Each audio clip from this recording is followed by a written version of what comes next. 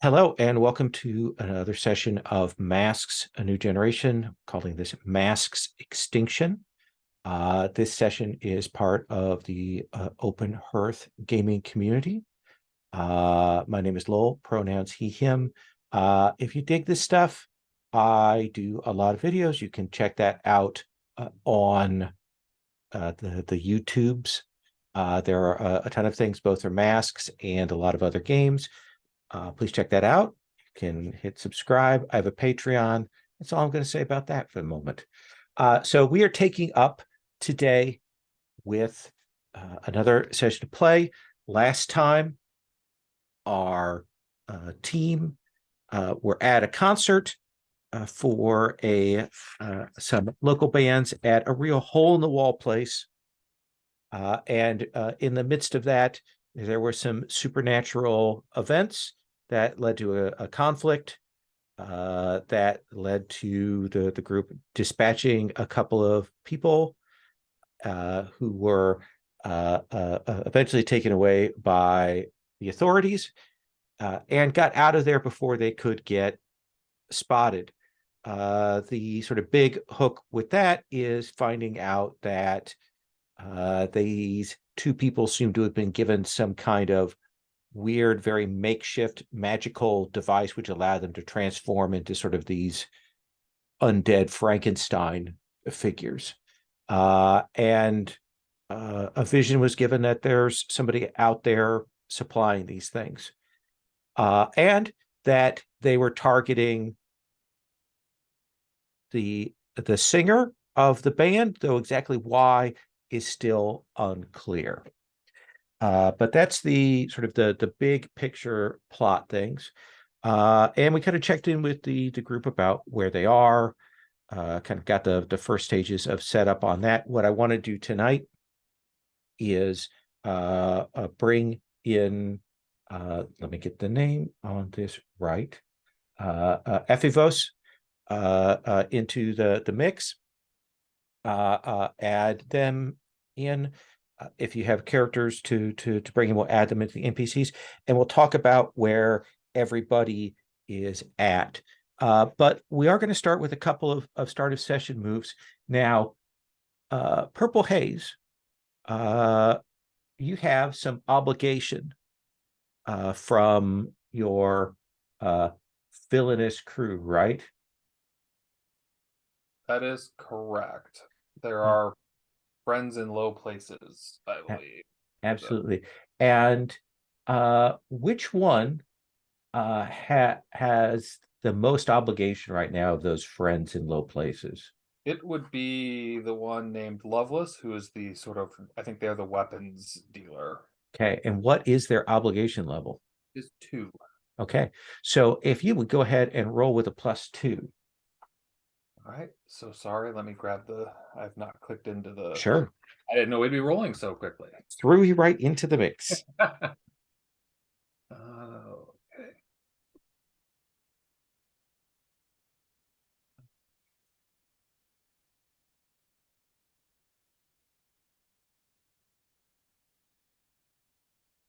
And you said +2 for the obligation, Yep. right? So that is an 11. Okay. I'm going to make a note of that. And we'll return to that point a little bit later. The other start of session is that Ghost Girl, you have hunger for Boo. I think your hunger is at 0, right? Yes. Okay. Would you please go ahead and roll with hunger?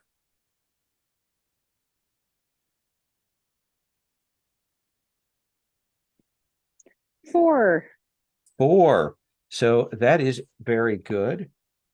So basically, with that, you have a hold that you can opt to spend to say that your friend wants something or will suggest an action. And essentially, if you follow through on this sort of slightly problematic thing, you can get a point of potential.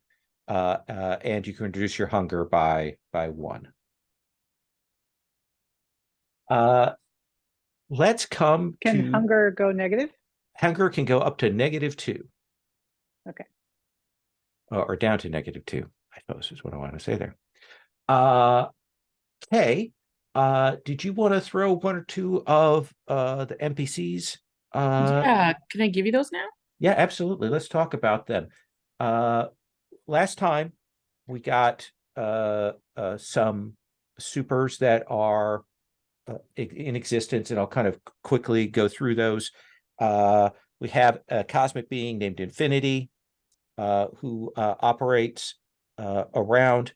We have a necromantic figure who is called, I want to say Revenant is what I want to say, but I'll check on that.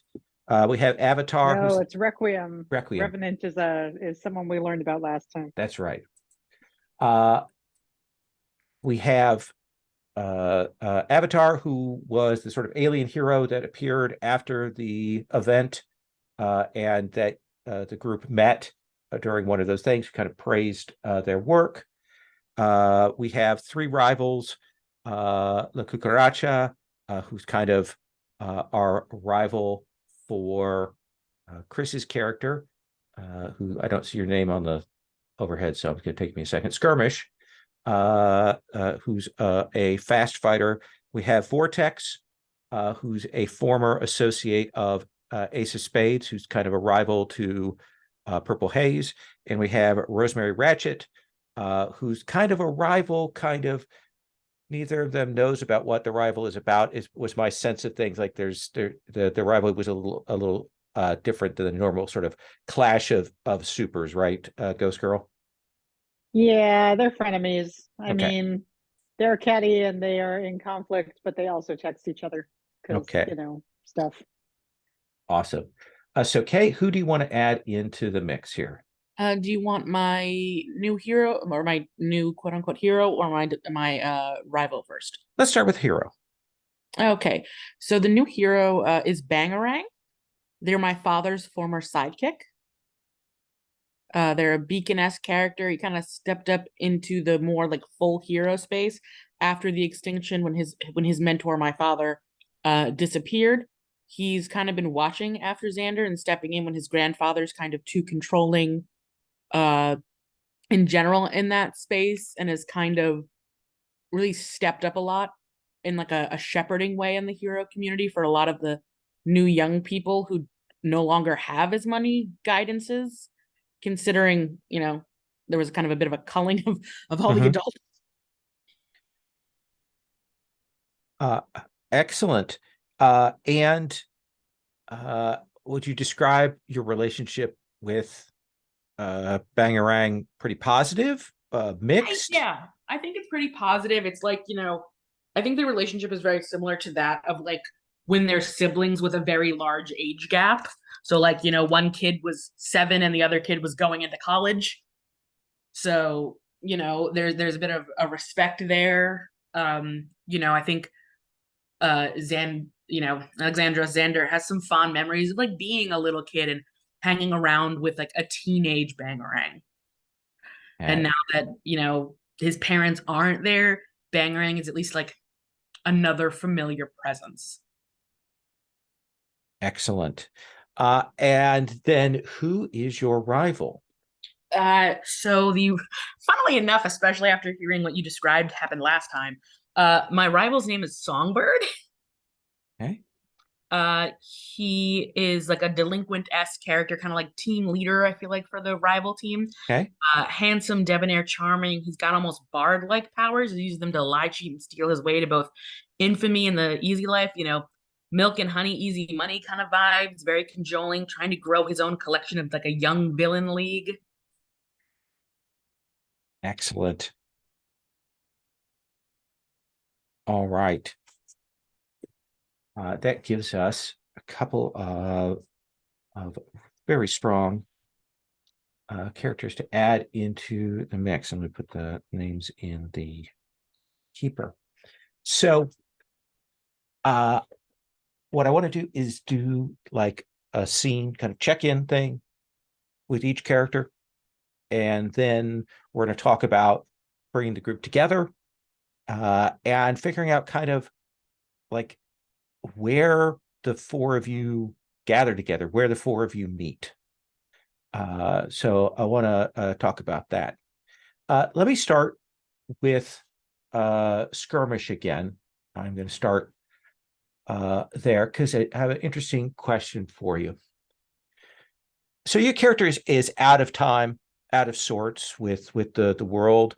There's a lot that they don't understand.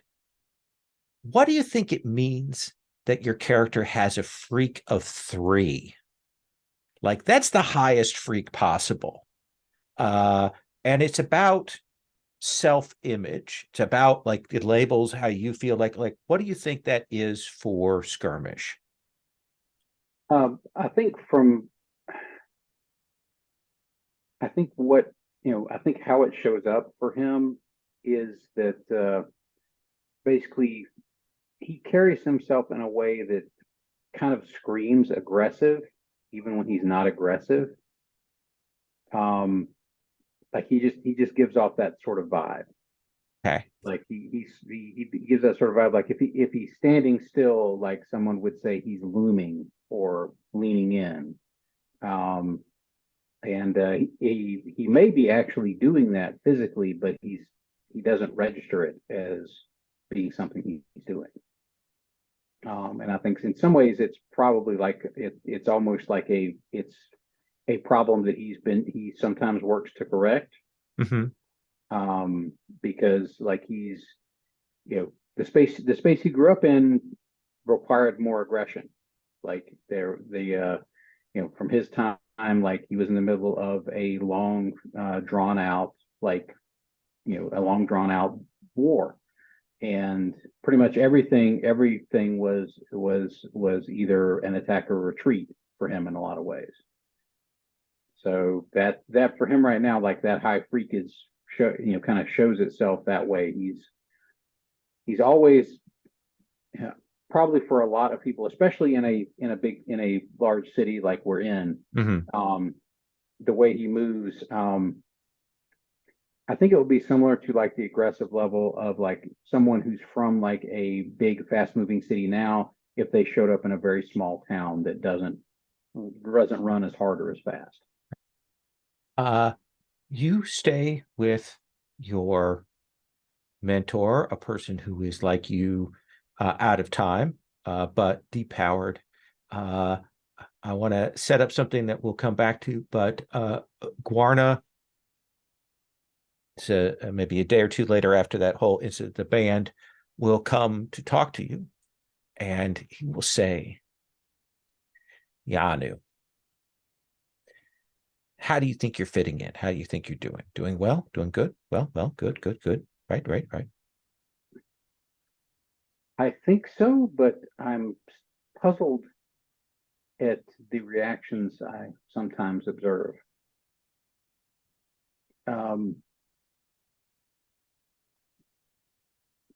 People seem to retract, or is that the right word? Retreat? No, it's not a. Sometimes even when I'm standing still, I get the impression that some people are put in or afraid. Maybe that's the right word. I see. You should Like talk to someone about that. That seems like a thing you should discuss with someone. So here's the thing. I have, as you know, gotten you your identification and your very legitimate Social Security card and all of those things, and that's all there. I need you to get a job. Doesn't have to be a big one, but I need you to bring in some money to the household. So there it is. Good talk. And I can do that. Yes. So is there a local is there some sort of local guild I can apprentice to, or the jobs I see in the media that you instructed me to watch seem to just be present. Like I never observe anyone actually getting a job; they already seem to have them. Yes, And that's they a very, and very good they, point. they also hate them, which Yes, that that is what I understand. I have never had to have a job, but I've also never been quite as pressed for money as we are at the present moment. So my suggestion is you speak with your little friends, and I'm sure they can point you to the job factory. ah, wait, I'm not sure any of them have jobs. We'll come back to that in a moment. Ghost Girl, you still have both afraid and angry marked, and that's something we'll talk about here in a bit. Also, I notice you're actually down one on your labels. You should have one more point amongst your labels. Oh, I thought something got adjusted. I thought that's why I was down one. No, you should have a total of plus 3 when everything is all added up. Oh, okay. What goes with being angry and afraid? Danger. Danger. Danger is what goes with being angry and afraid. There we go. Let me ask you this. You have -1s in your superior and your mundane. So kind of the taking charge and the kind of getting along with normal people. What do you think those -1s look like? Like how does that impact you, or what do we see on panel for you that represents that? I think we see her um like at school. And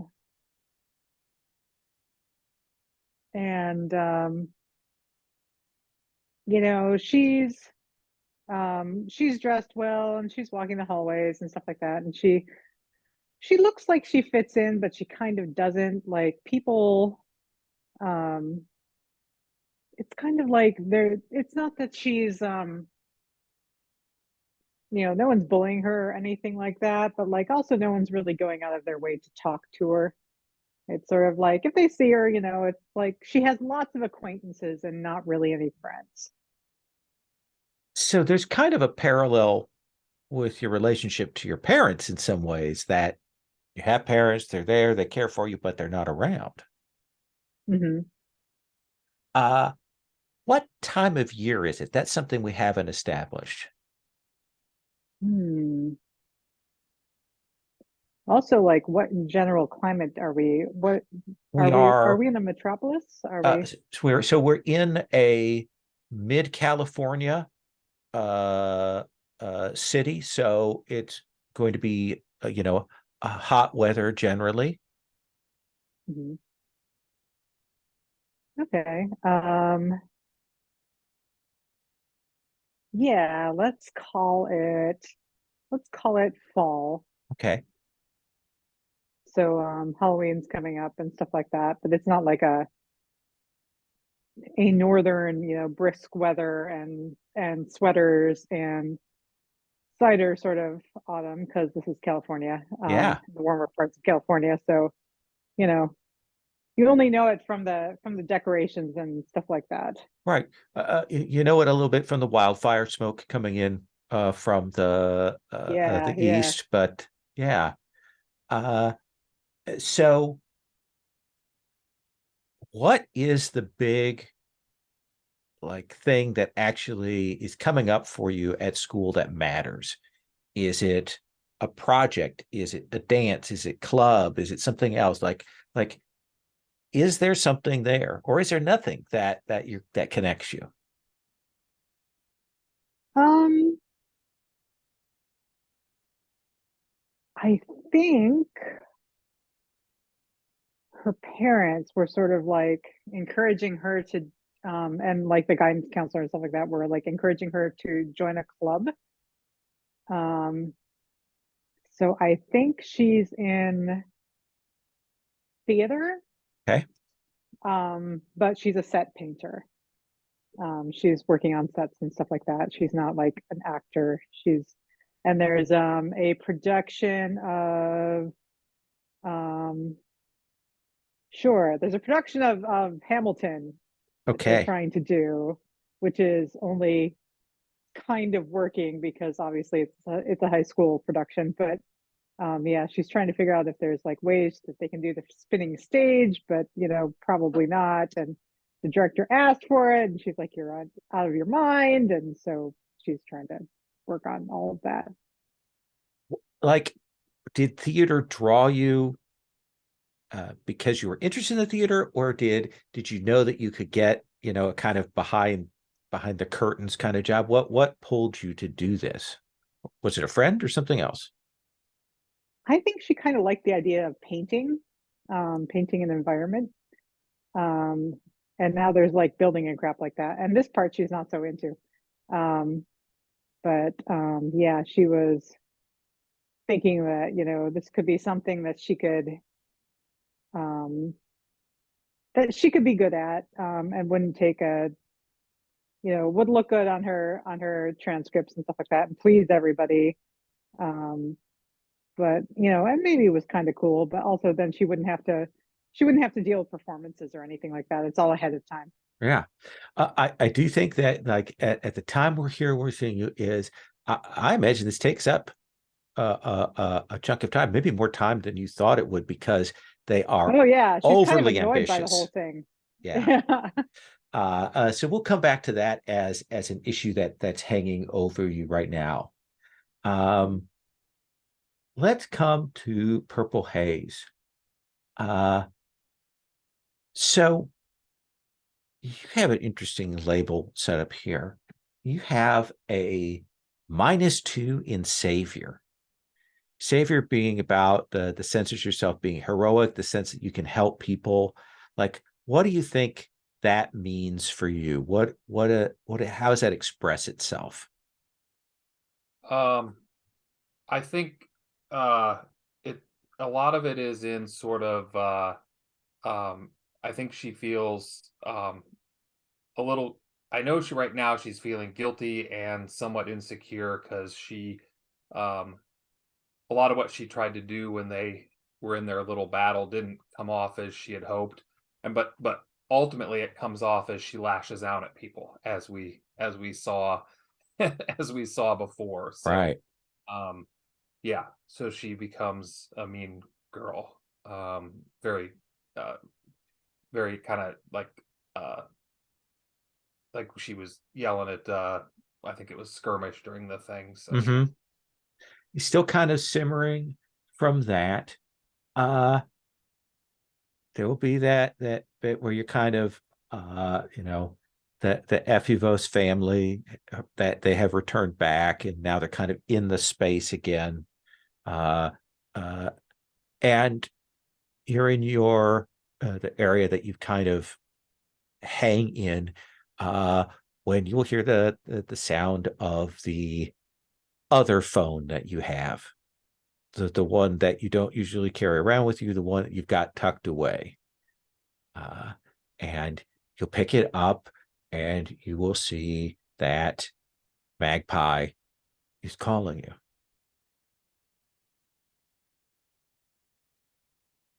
yeah, I think this actually probably perks her up a little bit because she's feeling not wanted or whatever right now. So um like, what's up, Maggie? I'm just checking in to see how you are doing. Like, I know you're hanging with your crew, right? Uh, and I caught you on the news a while back. That was pretty cool. But I just wanted to see how you're getting on. It's fine. Heroes are different. they're so nice all the time, and yeah, and I don't know. I guess it's okay. Little fake.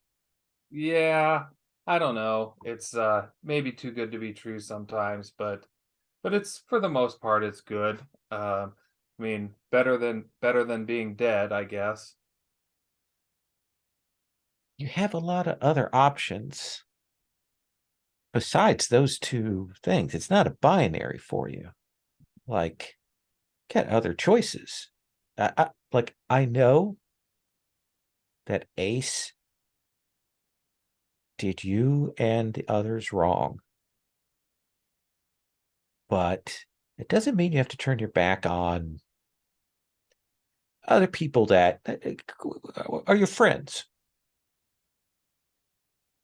Well, where were all my friends when things went down? So, I don't know. What are you getting at? I'm just saying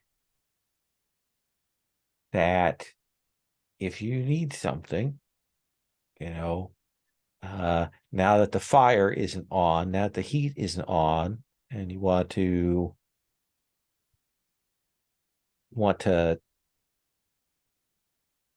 slip out a little bit of your restraints, I know people who can help you out with that.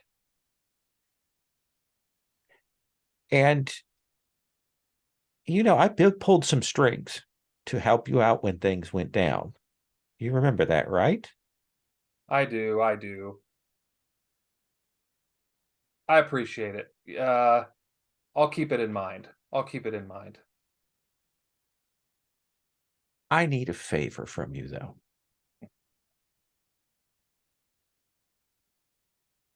Shoot. I've got a thing that I can't have on me for a while. And I don't want to hand it off to just anybody. I need somebody I can trust who can tuck it away, not mess with it, and hand it back to me later on. What are we talking about? How hot is it? There are a couple people that I'm associated with who are a little hot about this.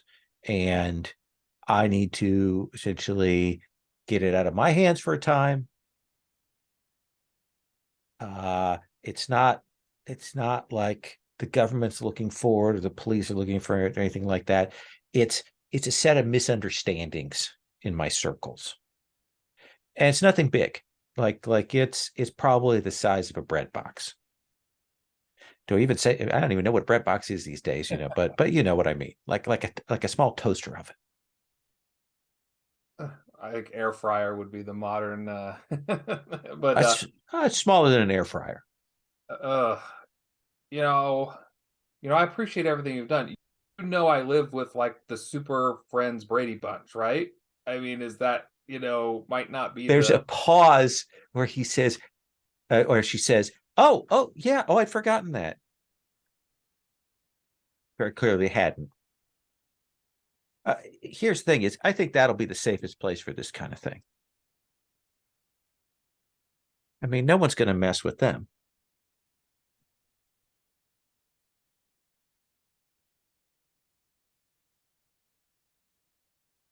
all right. All right. I think I can probably how long are we talking? A couple days? A week, no more. Fine. Just because we go way back. Absolutely, absolutely. I appreciate this. I appreciate this. I will contact you a little bit later about where to do the pickup. Okay. Awesome.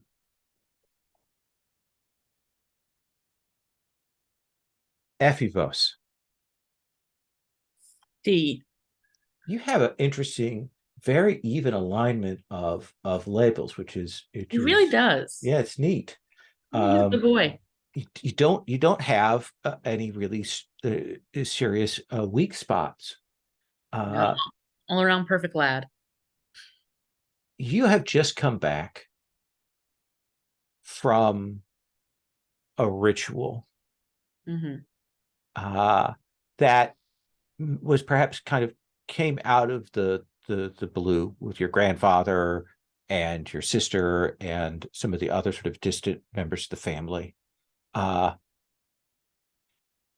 I didn't quite tell you much about it, but at what point during this ritual where you traveled to another place did you realize that this maybe was intended to try and jumpstart your powers or call powers down to you? Yeah, I think we were in Greece, and when one of the great aunts had, you know, sent me to go get something, only for me to be met by some of her familial help for like a special like oil bath thing where they like started putting me into some professional garb and like scrubbing me down and then soaking me in like homegrown olive oil from the trees out back, that he realized this might not just be like yeah. And it didn't work. Nope. Did was it is it did you carry through the ritual? Did you leave the ritual? What happened? I think he carried through. I think he took part. I think part of it was they had dressed him in this like very simple white tunic, kind of a thing, very like Grecian youth. And there had been this whole idea that when he would do it, there would be, there was a plain, pure gold, almost like a coin set in that would be like perfect to almost have something stamped into it, as if by favor of a god, just coinky dink, a symbol or sign, one of their signs, just, and it was completely blank. Nothing happened. He just kind of sat there or like kneeled there almost sort of. And he was like, for like several hours, like blistering on his knees, waiting and waiting, and nothing happened. And he just felt so embarrassed and so mortified. And I don't think your grandfather spoke with you on the flight back. Nope. So what did you do when you got back to City of Ocean? I think he came back and immediately went back into his normal regime. He made sure he picked up on any school assignments he might have missed. He made sure that Iona was doing okay with the different time lag and jet lag and such that might have occurred from traveling to, a foreign country where the time is a little different, and picked right back up on his responsibilities and never spoke about a single part of it. Uh, you would certainly have heard that, like through the grapevine, that Skirmish and Purple Haze and Ghost Girl like went to an underground club and had a superhero fight and Yep. maybe had some drinks. Yep. And he, like, they would have gotten like a strongly worded message to their like group chat being like, hello, I have landed back safely. If we could all convene together, I think we should discuss what has occurred in my absence. I am greatly disappointed in all of you. Like, please meet me at XYZ time. I will bring refreshments, proper refreshments. So this is now a group question we could put out there. What is your gathering point? What is your, for want of a better word, a clubhouse? Certainly, I think that Ephivos's grandfather would not be keen on you doing it on the grounds of the estate. So what is another option? Have you found a place that you've rented? Are you meeting at a Dairy Queen? Like what kind of spot? Summer, let's start with you. Like what if you have any ideas about what you like to throw out for that? I feel like they need like a someplace with at least a little bit of privacy, I think. So maybe they do go to various, maybe they do go to Denny's at 5 a.m. sometimes, but like I also feel like they've got more of a hangout. Like there's a room somewhere that they can go where they can like leave stuff and meet without being disturbed and maybe practice with their powers a little bit. I would like to suggest perhaps that this is actually something that Purple Haze was able to arrange, because Purple Haze has some connections. Do you think that's reasonable, that maybe Lovelace helped you out there? No questions asked? Yeah, I think so. So this is, they hand it off to you. Don't ask any further questions. Got it set up. What is a feature of this place, Jenny? Is it like a walk down basement? Is it a top of a building? Is it hidden away in a top of an opera house? Like what kind of space are we talking? Is it an abandoned arcade? Those are lots of good ideas. I was thinking, let's see. Maybe there's an old mall that has gone derelict, right? And that maybe there's a place in that mall that they have access to. Absolutely. Let's say that Lovelace knew that there used to be kind of an abandoned hench folk hideout under this mall. Got you the keys and the setup to it so that you can go there. What is in this place a feature that you approve of, Skirmish?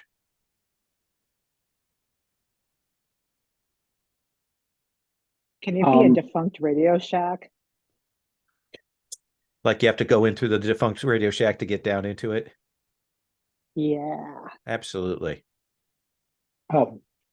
Feature wise, I think this place has the walls are all part of like concrete foundations for the rest of the mall.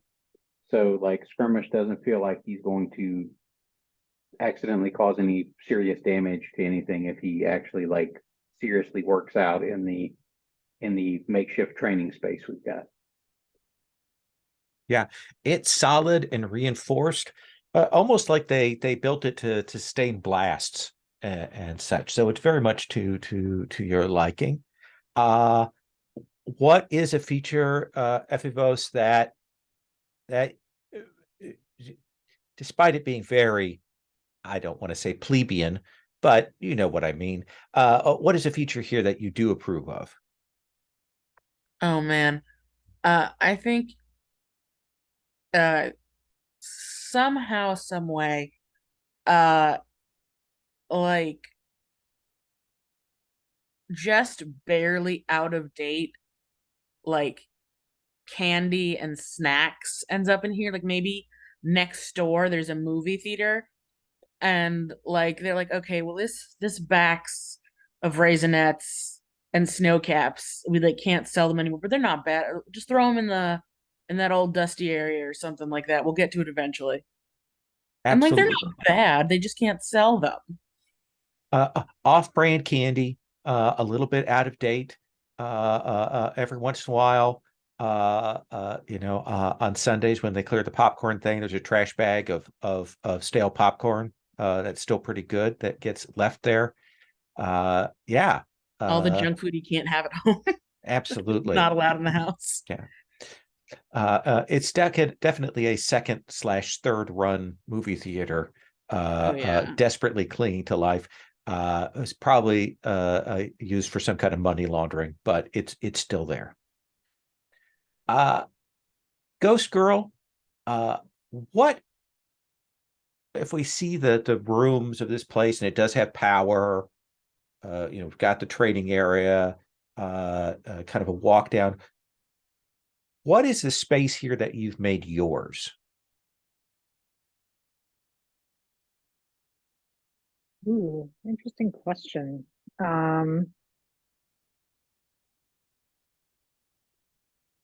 I think that she's been practicing her set painting here. So so before they were doing Hamilton, there was this theory they were doing The Sound of Music.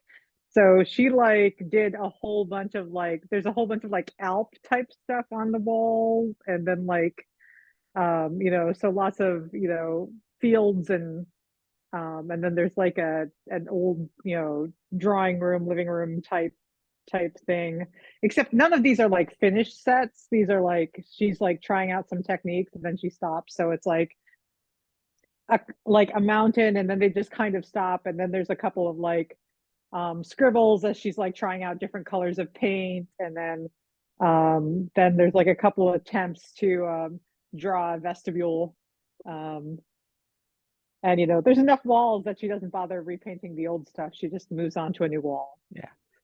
So some drop cloths, we've got some paint, we've got some chalk for the drawing. Kind of got that area that has that smell of indoor wall paint. Okay, yeah, I like that. Creates a very interesting dynamic in the room. Jenny, what is a part of here that you've made your own, that kind of shows that you've brought something here, or you've set it up the way that you like? What do you think that is? That's a good question, because she seems to act like she likes nothing. So what does the girl who likes nothing like?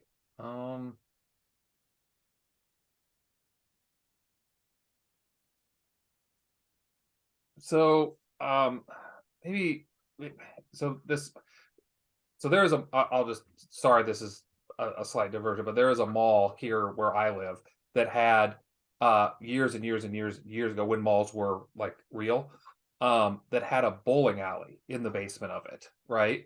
I think she likes the bowling alley that's in the basement of this. It's connected.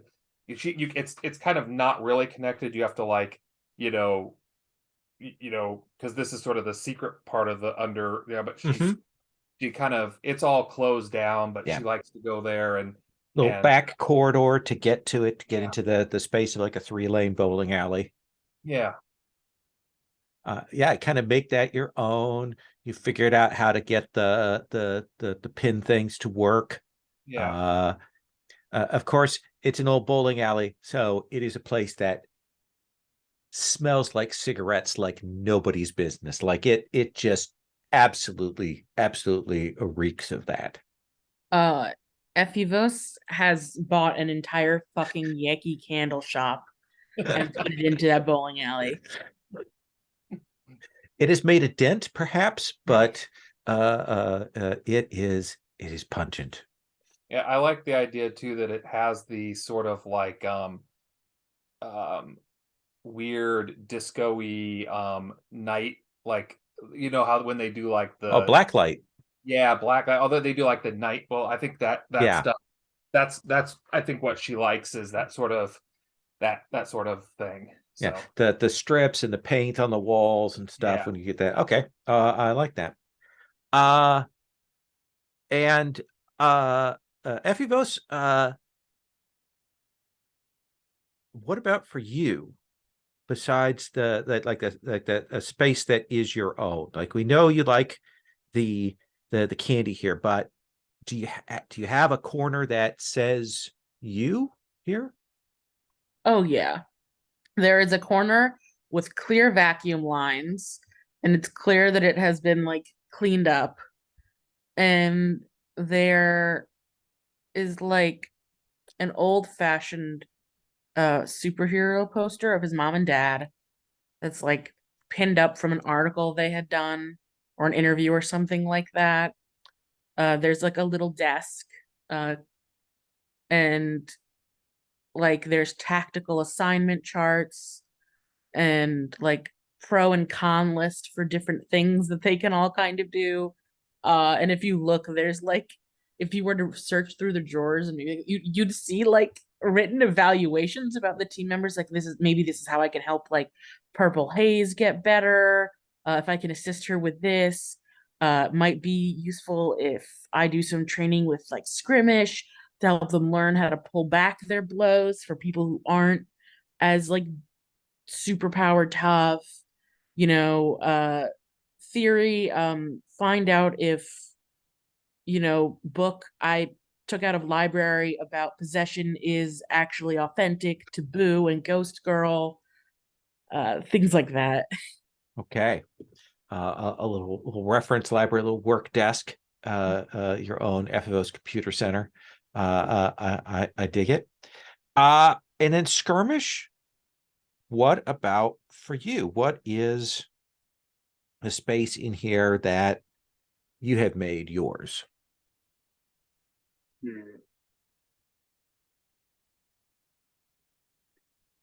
I think there he has managed to find this to him at least, ridiculously comfortable, like Papazon style wicker chair. And he has set up like a couple of he probably like maybe borrowed some of those candles from Epivos's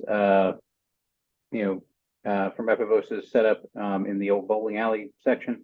And he has himself set up like a little kind of comfortable reading corner. Okay. Like just it's something where he feels like, this is quiet, this is comfortable, this is a place to relax. Excellent. So we're going to come in. We kind of get the shots outside of the mall, the Radio Shack. We see that the movie theater is still open. There's a Dollar General there as well. There is a bizarrely still open Orange Julius, and a couple of other shops, like the Sears has been converted into a gym, but there are only like 3 people in there at any particular time. And a Spirit Halloween in another section of it. And we come down through the Radio Shack down into the base, and we see the 4 of you there gathered around a makeshift meeting table. And Epivos, you've kind of called the group together to kind of talk about things and what's going on and so on. So when we come in, what are you saying to the team? So I think we see him in like the standard upset position, arms crossed over his chest. One of his feet is just going like a mile a minute as it's like tap tap tap tap tap tap tap tap. And he's like, "What on earth were the 3 of you thinking? I go out of town once and you're underage drinking at an illicit concert and getting into scraps." He's like holding up a paper, like under is like a paper half sticking out of like his crossed arms with like a splash page. It's like, can teens be trusted or something, like terrible article. Yeah, it doesn't name them specifically, like, but it clearly talks about teen super brawls. Is this the next phase? Is your teen in danger, kind of thing? Yeah. Do you know where your kids are? It's 10 p.m. And there's definitely like a blurry splash page, and people can't tell what it is, but knowing these 3, I think one of them is caught in it, and I can tell who that like blurry, it's like a blurry like side view of Skirmish, and I like recognize that it's him. Skirmish, if you take a picture of him, like the hair alone is probably going to be pretty spottable. Because he's got this big, big bushy mop of curly hair. But he just looks through and says, we were not identified. I don't understand this. I still don't understand this this problem you have with drinking. You what? There is a whole cultural aspect that I understand where confusion are from time and space, but also our prefrontal cortexes are not finished growing, and the induction of alcohol into it is probably not the greatest bet. In large quantities, it's one thing to have wine with a meal or something, but that's you. And he like points. I don't understand. Wine is expensive. Like beer, beer is priced to be able to afford it. But also, why does it smell like olive oil in here? Did you buy new candles? I have not purchased new candles. Also, we weren't identified. Do you know who says things like it's not an issue? We weren't identified. Villains say things like that. We're supposed to be heroes. We are supposed to be doing the right things here, keeping people safe, not getting involved in things like this. Wait, I object to that. Number one, we did keep people safe. Those ghouls did not kidnap that bard. There was a ghoul trying to kidnap a bard. That's what those things were trying to do. Like, did the article not mention this? Article probably did not mention this. And when he says that, he turns and looks at like Summer and Jenny, being like, "Okay, he's given some accounts. I need you two to like dip on in here. What do you have to say for yourself?" Kind of vibes. I think she'll first say, look to Skirmish at Yanu. The reason you're confused is that he's not upset about the alcohol. It's because he doesn't like to have fun. I have plenty of fun, Jenny. Tying your shoes and arranging your trophies on the shelf is not fun. There is an extreme pleasantness in categorically color organizing one's clothing. I bet. What does that mean? You don't want to know. So yeah, I mean, he's right. There was something pretty nasty going down in there. And had we not stepped in, I'm pretty sure the singer of that band, who is awesome, by the way, would be dead right now. So I actually think, far be it from me to judge, but I felt like we were quite heroic. At least from the view that I had. Summer, what's your take on this? Summer has been texting this entire time and basically ignoring FFOs.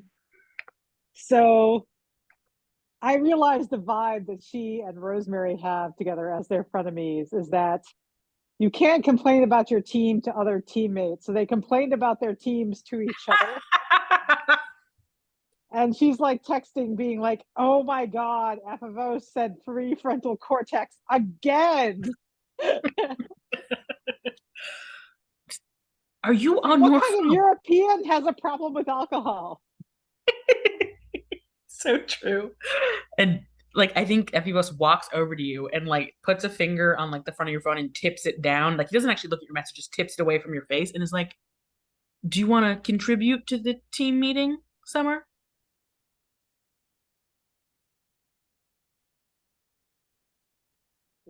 And looks up and says, "Are we having the team meeting, or are we still in the scolding section of the meeting?" Big sigh. We're in the team meeting phase where I realize I may have reacted too quickly, and apparently you were protecting someone. We protected many someones. There were three of these ghoul things present, and one of them attempted to eat the soul of the bard whom we saved. And then Jenny says, "Yeah, heroes," as she lights a cigarette. Just absolute stuttering, stomp over, grab cigarette. No, no, no, no, no. Do you know how bad this is for your lungs? Our lungs. We watched somebody try to suck the life force out of someone else. I think that probably your scale of bad for you is maybe skewed here. This will also suck the life out of your lungs. Just please, Jenny, no cigarettes, at least not around the rest of us. Fine. Secondhand smoke kills.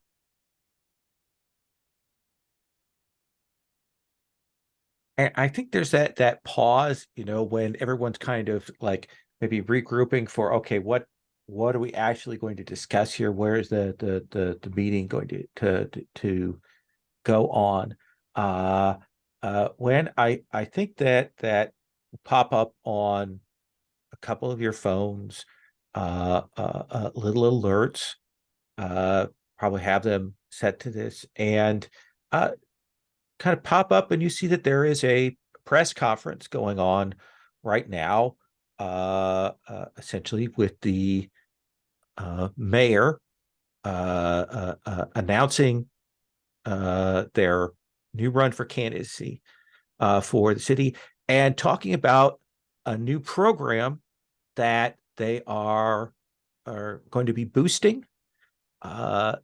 This plan is basically, we have a lot of young superheroes present in our city.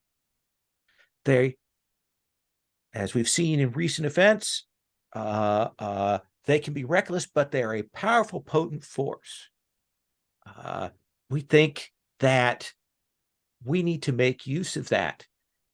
And so we're partnering with some organizations, a plan to recruit and make official a number of youth heroes, essentially make them agents of law enforcement under government direction and control, so that they can help take care of our city in a controlled way. And you'll see that press conference kind of going on, and the sort of the runner below that. And that's where we're going to take our break. And we'll come back in 10.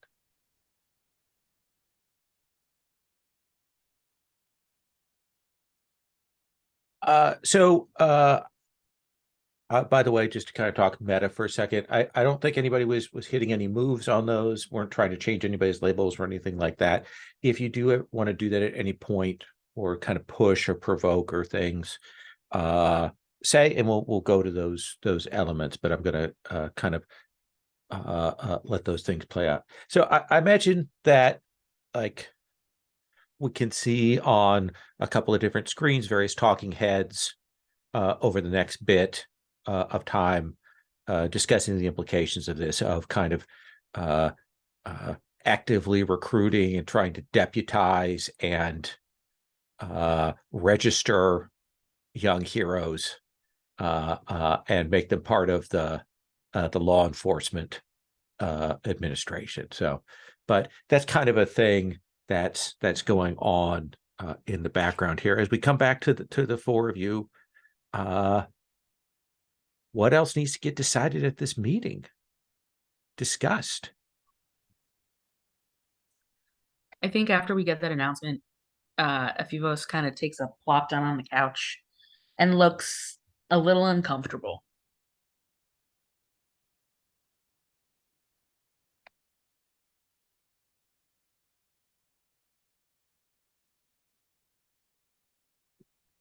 I think Skirmish looks a little confused as to what this really means.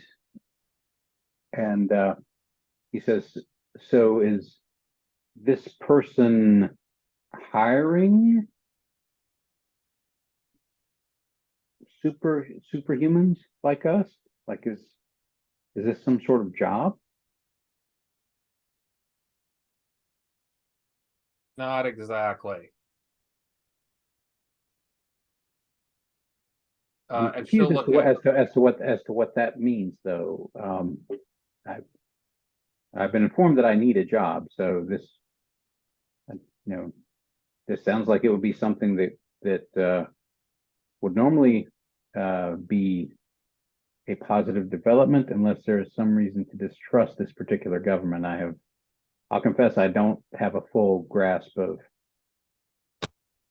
what this particular, your particular group of aristocracy is up to. Can we pause for a moment and talk about lines and veils? Because Absolutely. we're getting Sure. close to things like racism and police brutality and stuff like that, which I feel like my character would be like, no, of course we're not joining the police. Police are terrible. Are we all okay with going there? Yeah, I'm happy to say police are bad.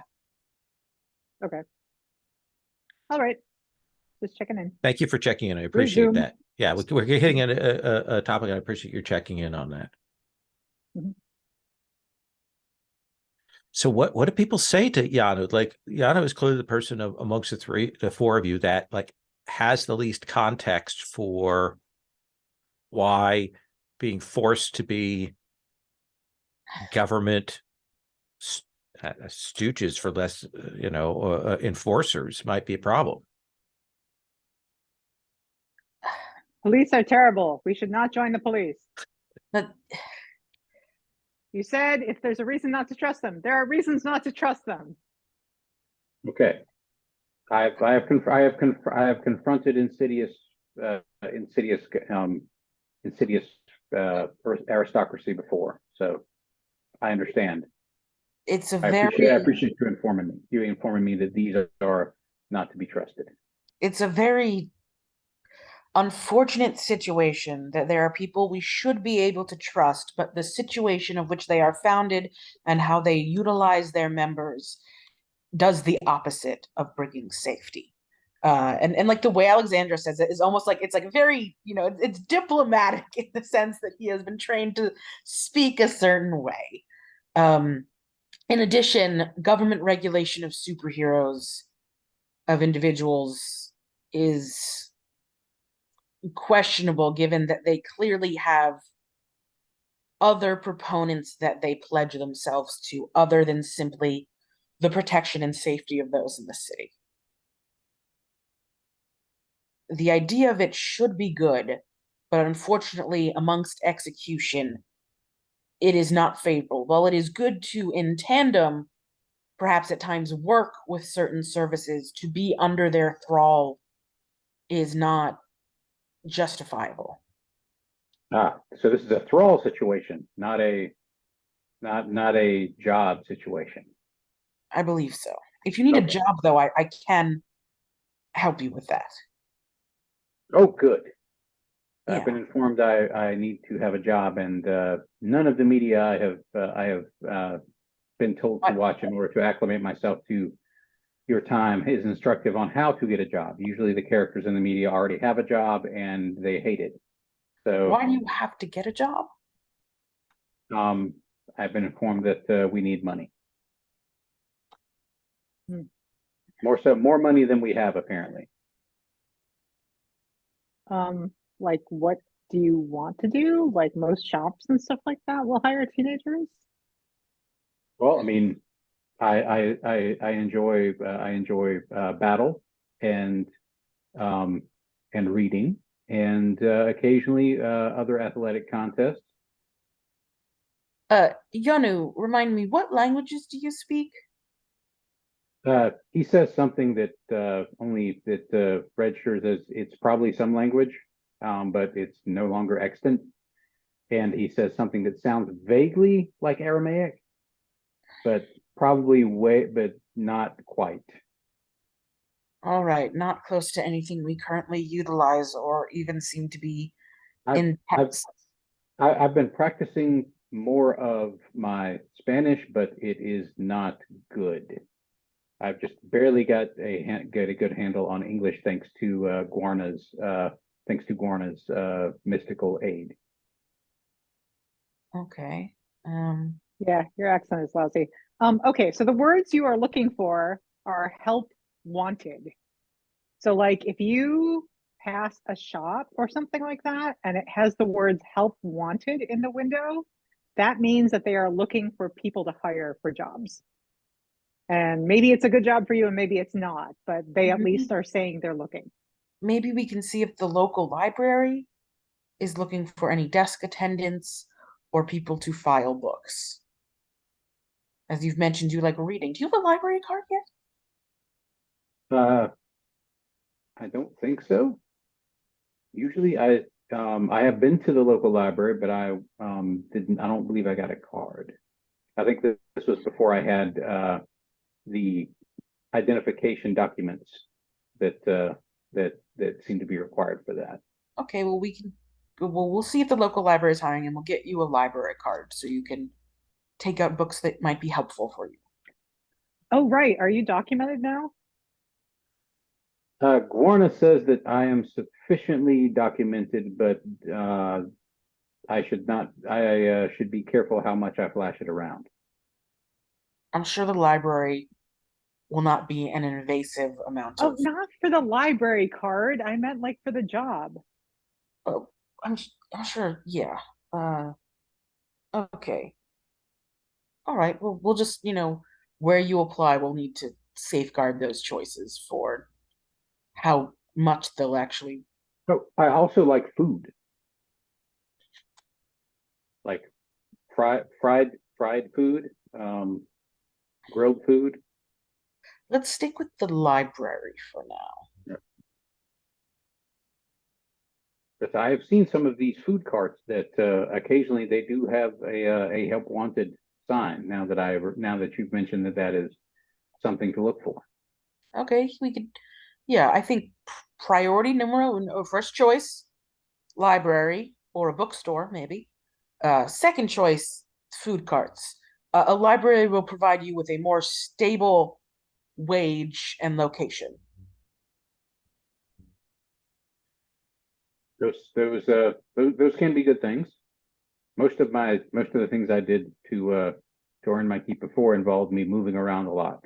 So I'm not necessarily uncomfortable with flexible schedules, but I'll take your word for it that what you mentioned is a good priority. I Scheduling. don't know what he's talking about. I feel like doing a food cart would be fine, but do what you want. Schedules and Like patterns. working at a restaurant is like not eating the food. It's like serving the food and preparing the food and stuff like that. So Right. That can be a worthy endeavor. Feeding those who are hungry is always a good thing. Maybe we could get you a position at a soup kitchen. yeah, because soup kitchens are known for paying well. Do those positions not pay? And like the height of privileges he asks. They're usually run by volunteers, as are a lot of positions at libraries when it comes down to it. Just just some confusion on his face at the idea that people are doing what should be payable work and are not getting paid. And Yanu is like puzzled. It's like I'm certainly willing to do my part. That's part of what I do. But this seems to be important for Guarna and I to get more money. Okay, then yeah, you can't. Volunteering won't get you that. But help wanted signs, yeah, they're talking about paid positions, and if it turns out it's not a paid position, then that's a problem. So don't do that anymore. Jenny, I think you will get a buzz on the phone that's in your back pocket That's not your main phone.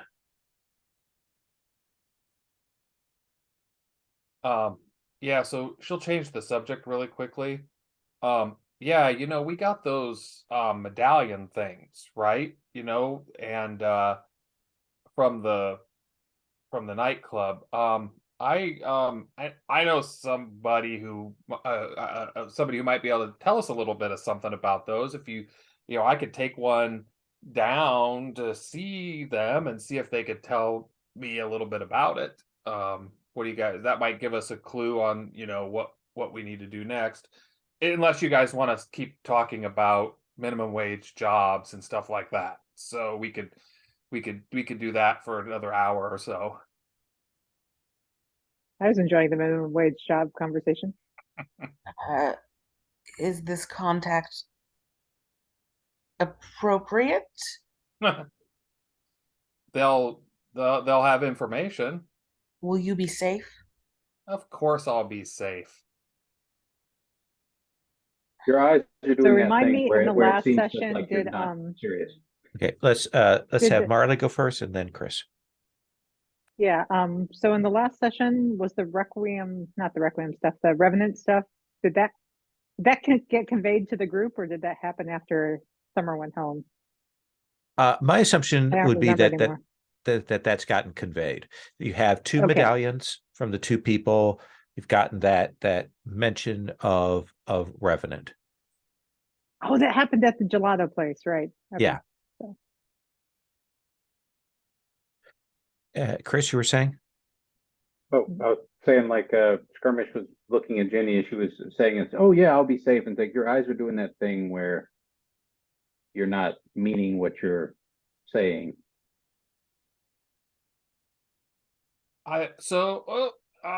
If it makes you feel better, uh, Alexandros, why don't you come with me? Okay, yes, I'll come with you. Are you going to visit a wizard? Not exactly, but kind of. What does that mean? Is it a sorcerer? An an alchemist? More of a trader in a merchant in strange and unusual items. Mhm. So I will say out of character a little bit that what she's trying to use this as an excuse to go meet up with Lovelace actually. So and That So, yeah. seems reasonable. Jenny, Alexandros, gather your things together and head out. Let's do that scene, at least the first part of that scene, and then I want to come to Skirmish and Summer and see what you two are doing. Does that sound okay? Sure. So, Jenny, you want to call up Lovelace to call on them to assist you? Should we be in our garb, like everyday wear, or should we be dressed as, Purple Haze and Ephevos? I think we should try to not draw that kind of attention to ourselves. So why don't we just go as we are? All right, yeah, okay. So I'm thinking maybe I just got a text of a location. Yes, Magpie has sent you the location to pick up the object.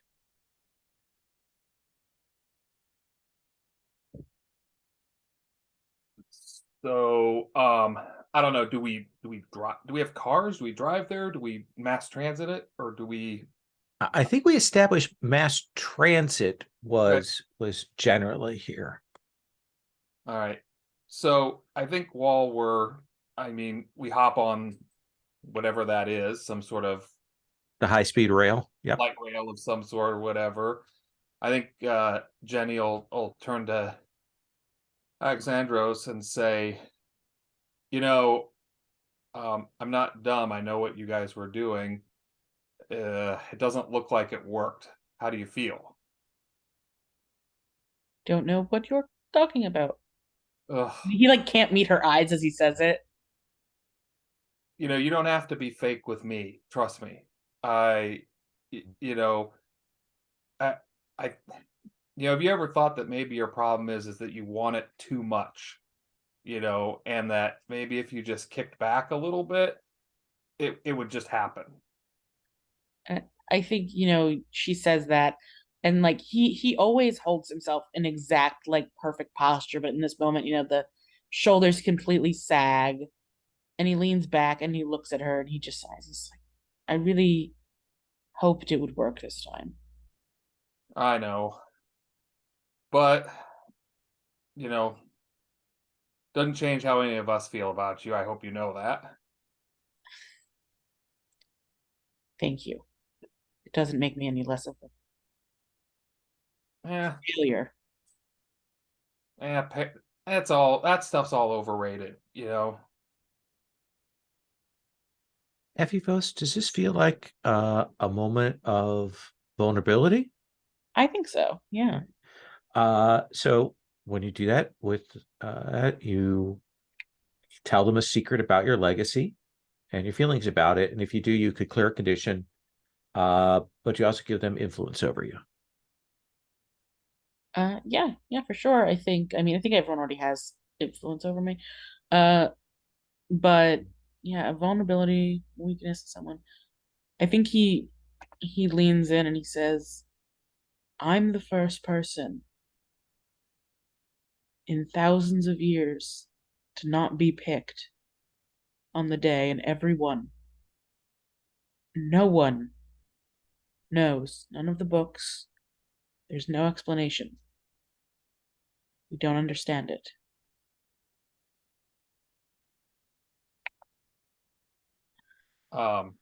Yeah, I mean, she kind of lets that sink in a little and I shrugs a little and says, well, maybe it's time to write your own book. I feel like I've ruined what I come from. Look who you're talking to. Yeah, no, I mean, you will. Where you come from doesn't matter. It's what you do now that matters. And I feel like that echoes for Alexander, just because I feel like those are maybe words he might have said to Jenny right after he had like first sort of brought her in after the whole thing happened with Ace, and he sort of smiles a little at her. Thanks, I really appreciate it. Jenny, because you already had influence over Ephivos and you would gain it again, you were going to shift labels for him. Okay. And feel free to poll the player before you kind of make that declaration to however you want to do that. Yeah, what do you think? I was I mean, if we're thinking in terms of it, hopefully she's helping kind of bolster. Maybe you should take is freak a bad thing or a good thing? I can't quite tell. Freak is basically, imagine that freak is how you believe other people perceive you or how you imagine yourself to be.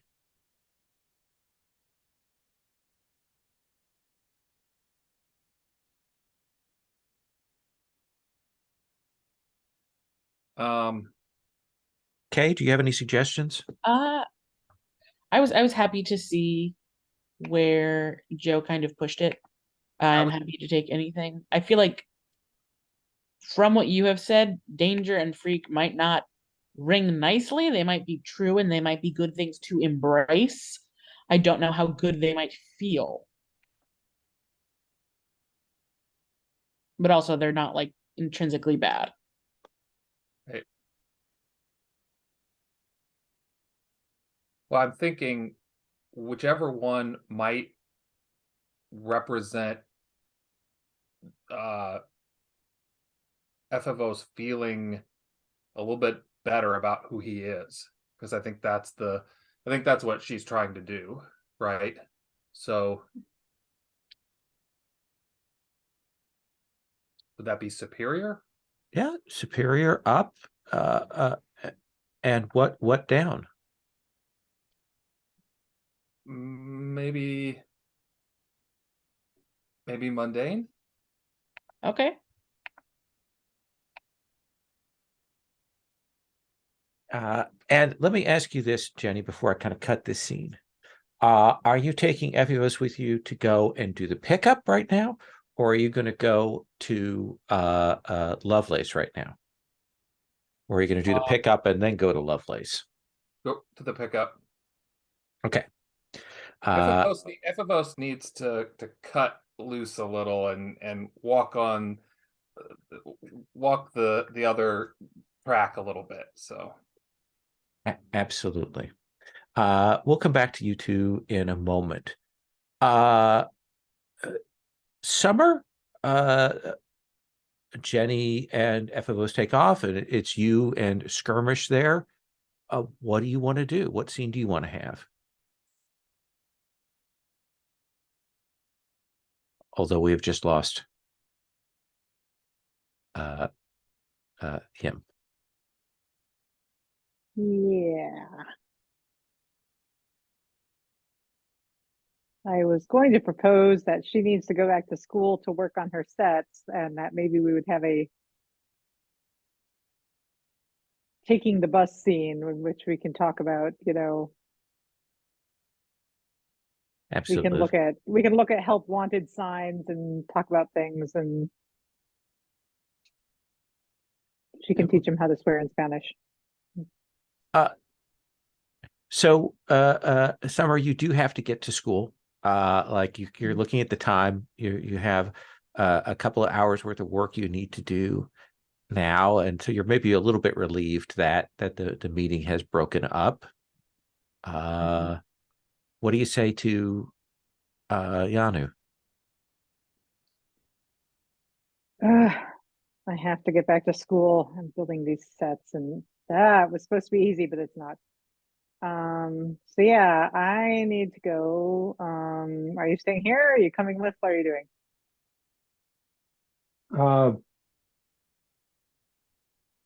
Do you even do school? I have not. That apparently was but that was apparently was a trickier bit of work for Gorn. I don't think he has enrolled me in any of your schools. Ah, lucky. Well, see if you can avoid that as long as you can.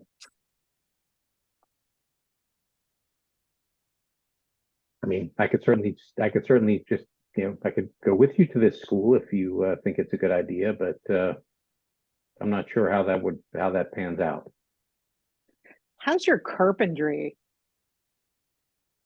Carpentry, I have built things, but I'm not great at it. You've built Usually- things, then you're doing better than me. Come on. But Remember okay. that thing I said that you shouldn't do? You're doing it now. Anyway, come on. Okay. He follows, but he is very confused, as he usually is when Summer talks to him. So yeah, as I mentioned, the city has a large interconnected network of transit options from rail to bus to so on. There's sort of a multi-pass that works across those. So I imagine you just have to put your destination in and kind of follow along with that. And so the city is going past in a blur for you, Yanu, as you're heading over there. And Summer, have you ever seen what is your take on Skirmish's level of confusion? Like, is this amusing to you? Is it odd? Like, what's your reaction to that?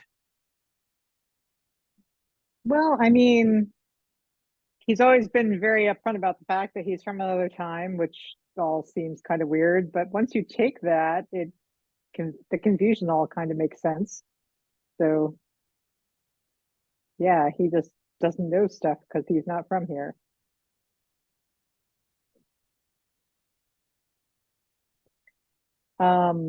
If Chris is okay with it, I suspect Summer has been helping him out with his Spanish.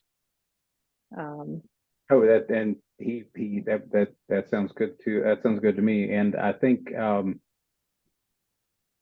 we're going through the transit system, like you can notice, like Yanu has this weird sort of vibe to where he's like both seems like he's on the edge of like maybe a mild panic at being packed this closely into this really fast moving metal tube.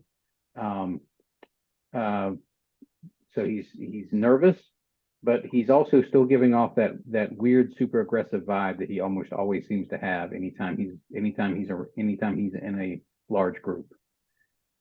Like it's weird. He's like withdrawing, but also giving off aggressive vibes, which probably is eventually going to get him into trouble. And you've also noticed like a lot of his knowledge seems to come from like popular media, because that's one of the ways that Gorna slowly like acclimated him to modern life, is like he's picking up things through like a lot of pop culture, which makes things very awkward when that stuff is meant to be possibly parody or comedy.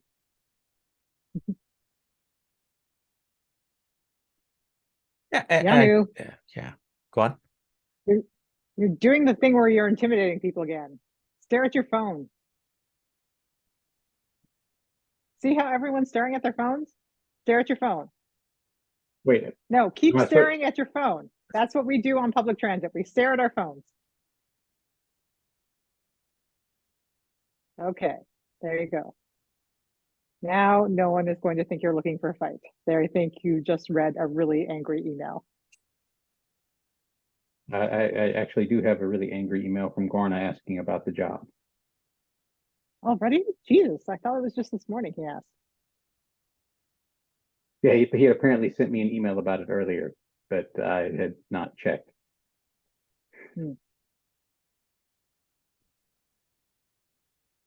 I don't always remember to check the phone.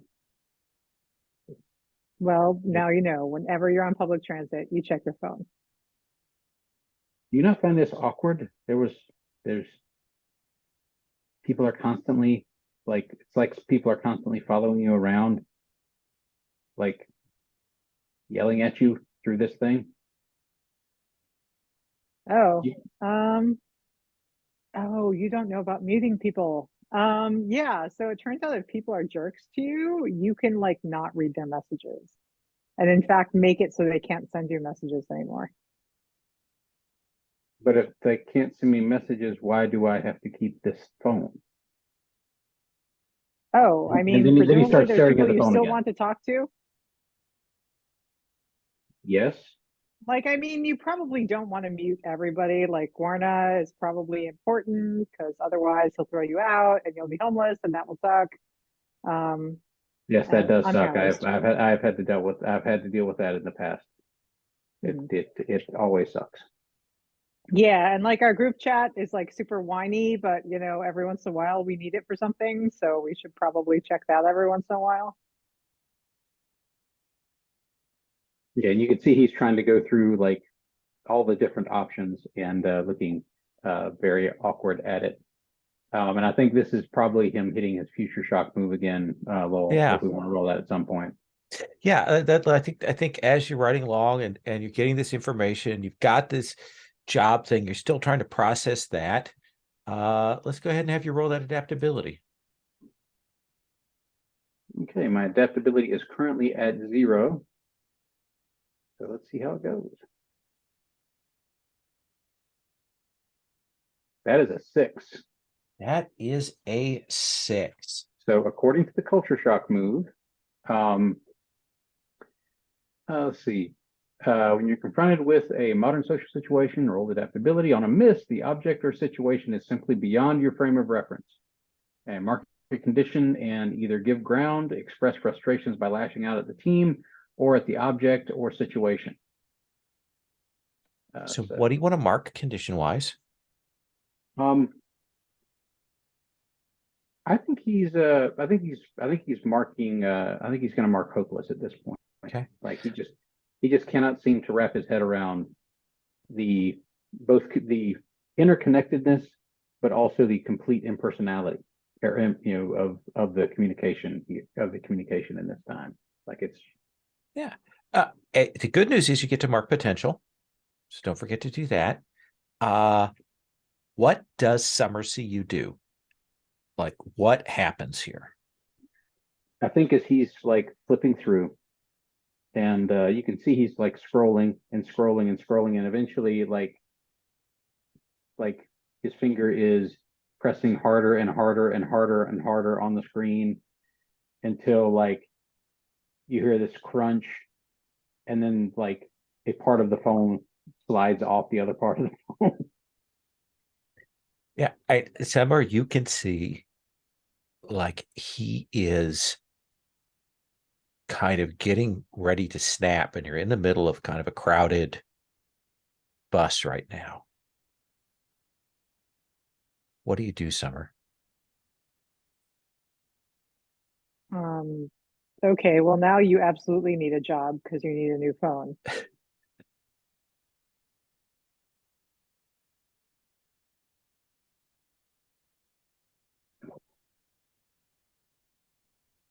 And you see him just basically just taking the two halves of the phone and like trying to like push them back together.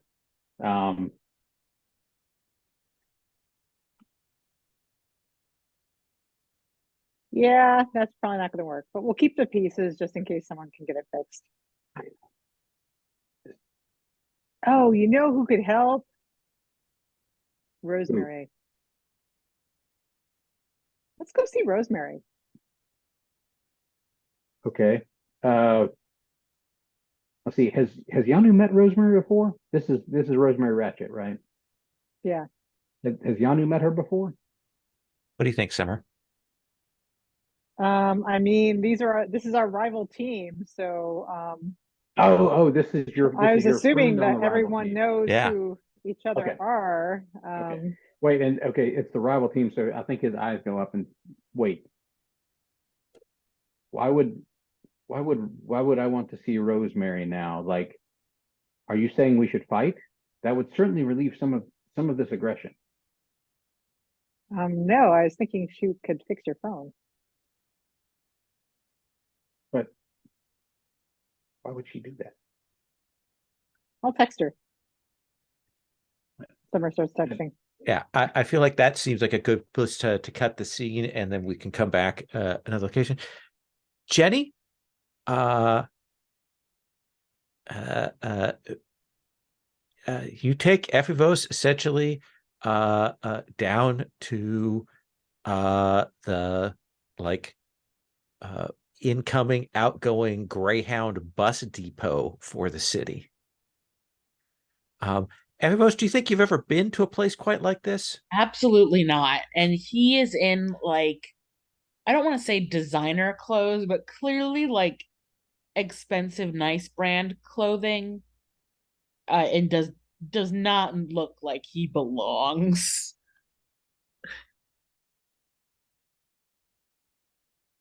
Jenny, where are we?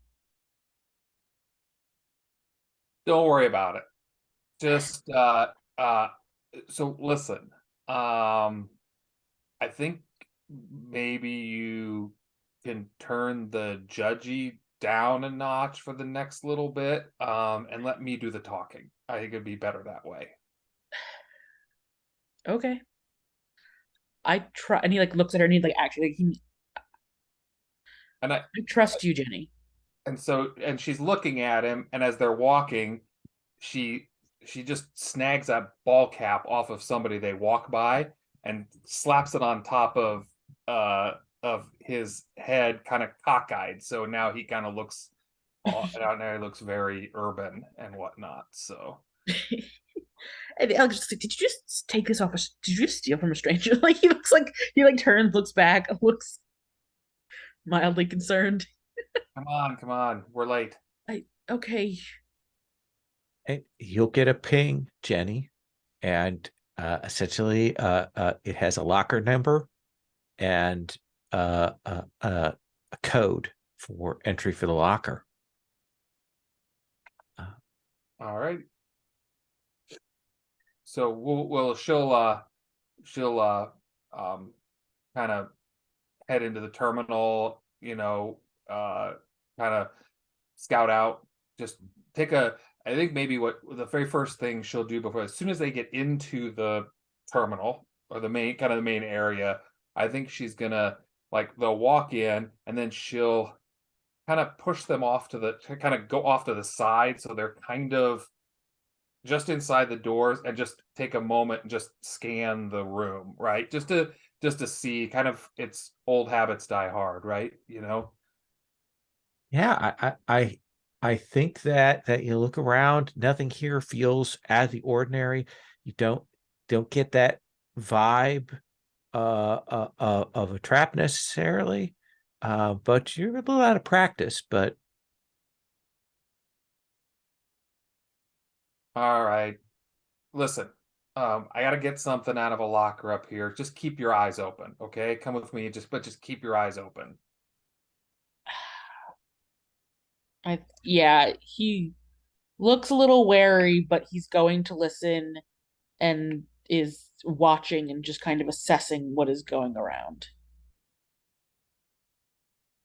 So yeah, so they'll head to the where the lockers are, and find the one that those big kind of narrow, tall lockers, go hit the button, you'll open it up, and you can see sort of the front part of the locker, but then the back part of it is just absolute pitch darkness, like the void. And you will hear a voice come out of it. Purple haze.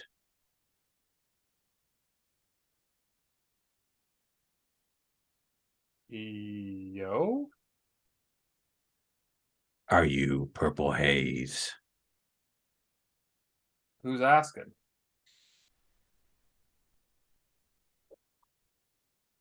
The person who's in the locker.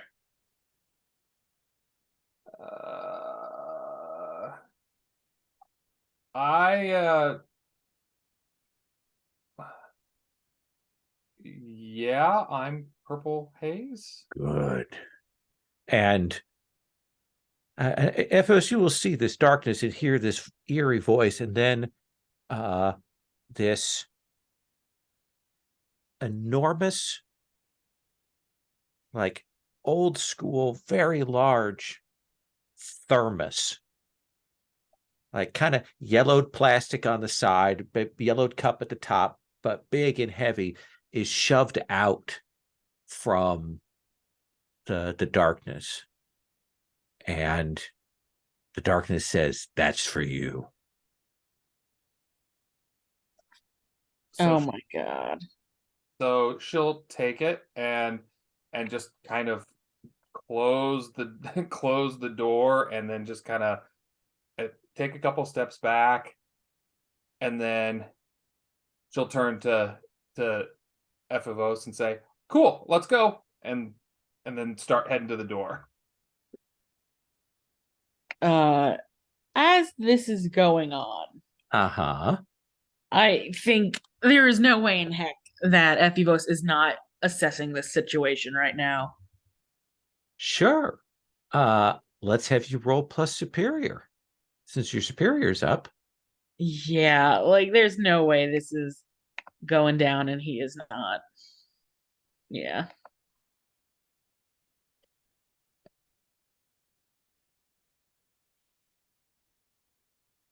$2d6, and he's got a +1. That's a 5. So the good news is you get to mark potential. Yes. The bad news is I think that you will immediately get a vibe that says to you that that vessel that Jenny is carrying is incredibly dangerous. Like your hackles go up. And Jenny's just kind of carrying it very casually as she walks out of here. Jenny, you should really hold that with two hands. Do you know what that? It's very what is that thing? The vibe is off, so to speak. I think it's all okay, and she's got like one of those like I don't know, those like messenger bag type Mhm. bag, and she'll shove it down in there and Oh grasp God. it, and she's like, I think what you're feeling is called living. That's what you're feeling. Come on, let's go see my buddy about the what do you call them, the medallions. Okay. Feels good, doesn't it? No, this feels really unpleasant, actually. You'll get used to it. I don't know if I should.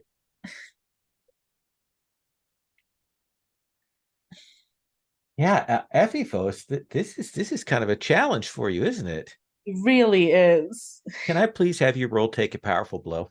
Oh my goodness. I don't suppose that never give up, never surrender even works in this situation. I think it's just, yeah, it's just the world coming at me. Yeah, At least I don't have any conditions right now. yeah.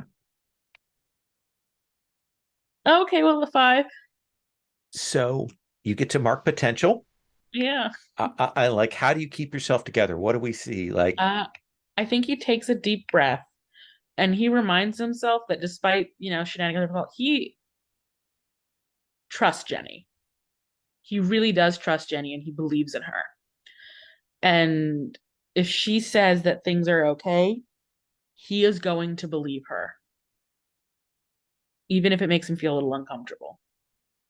absolutely. And I think we do see the shot of you kind of relaxing a little bit, Jenny playing it very nonchalant as you head off. I think the camera does pull back a ways.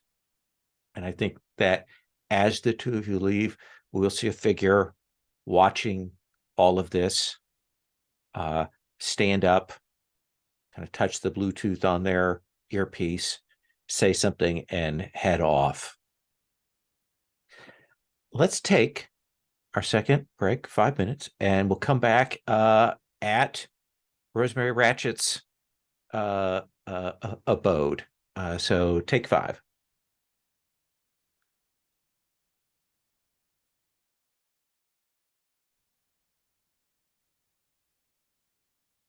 So, Summer, where are you meeting up with Rosemary? Like at her workshop, at a neutral location, at school? Where do you think?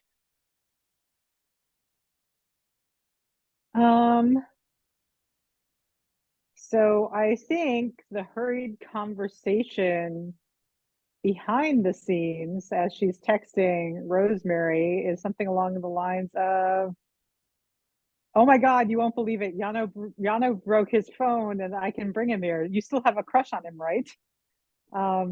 A, I believe he broke his phone. B, yes.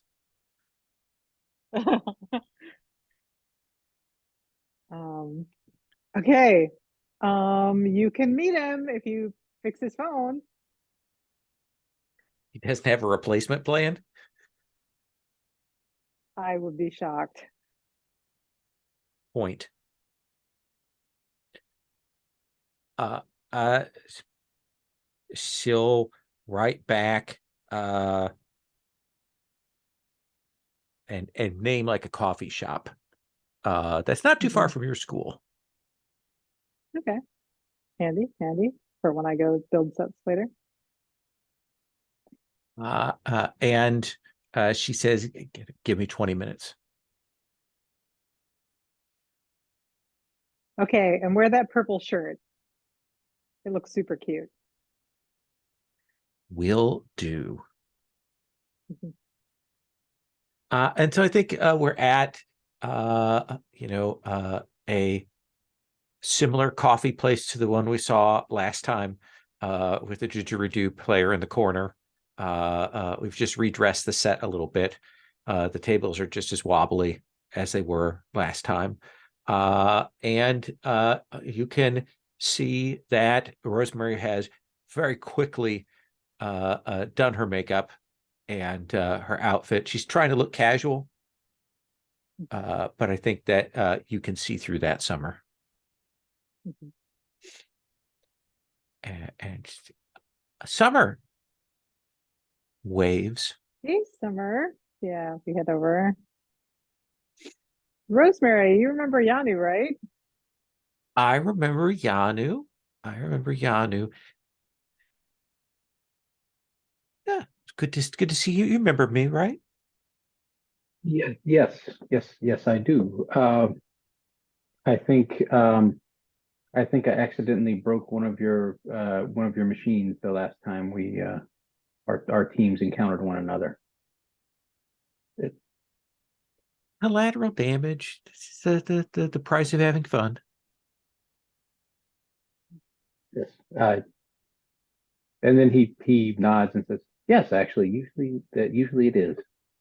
Um, uh, Summer indicates that you could perhaps and you see him like holding up the two pieces of the phone, like the scrunched screen on one side and like the scrunched back on the other.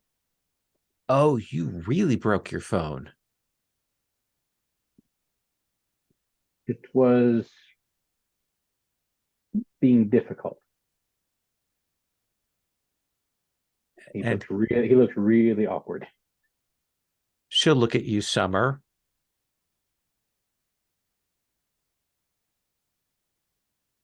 She shrugs. He's Uh, hard on his hardware. well, I don't know if I can fix this phone, but I can give you another phone and take the information that's on this phone and put it in that new phone.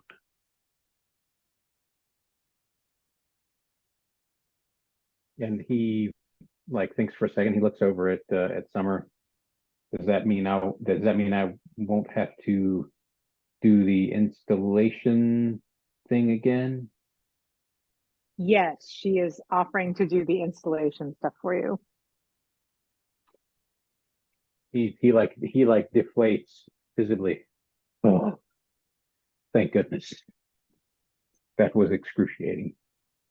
She says, now, if I do this, you have to promise not to tell anybody that I did this because these are special phones. I'm going to give you a special phone. And he leans forward very seriously and says, I will speak of this to no one.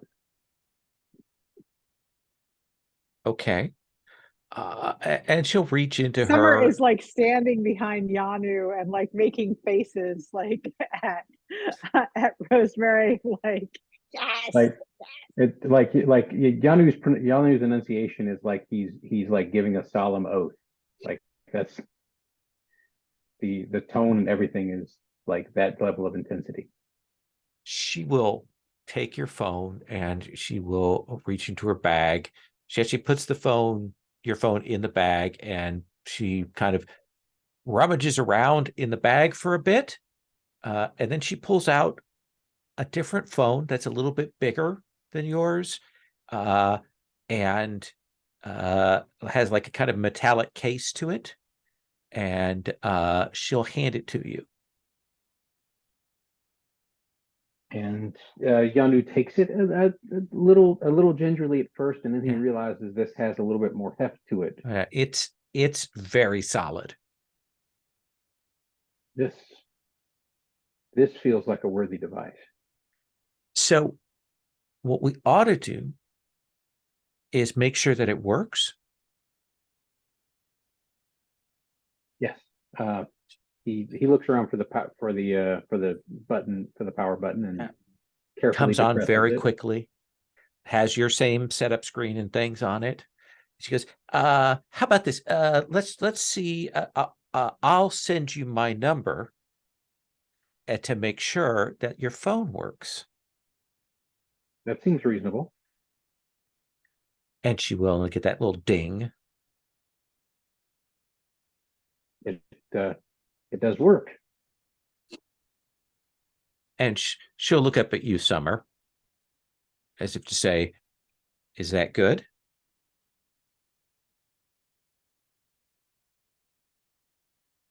I think Good. that's pretty good, though you should make sure that it sends too. Yeah. Yes, Yeah. let me. And he, like, you can tell he wants to try and use his thumbs, but he has to use his fingertip to do it. He's just not used to the thumb thing quite yet. Ooh. You see her put her hand over her mouth to try and hide her reaction. I see. And he types out, "Thank you very much," and sends it. You know, one of the interesting things about modern texting things is you don't have to type out all the words. Like, you just have to type out enough that we know what they sort of are.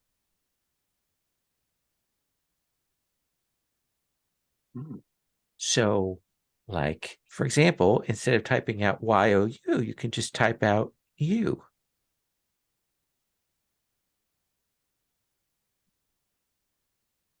It seems very functional. Thank you.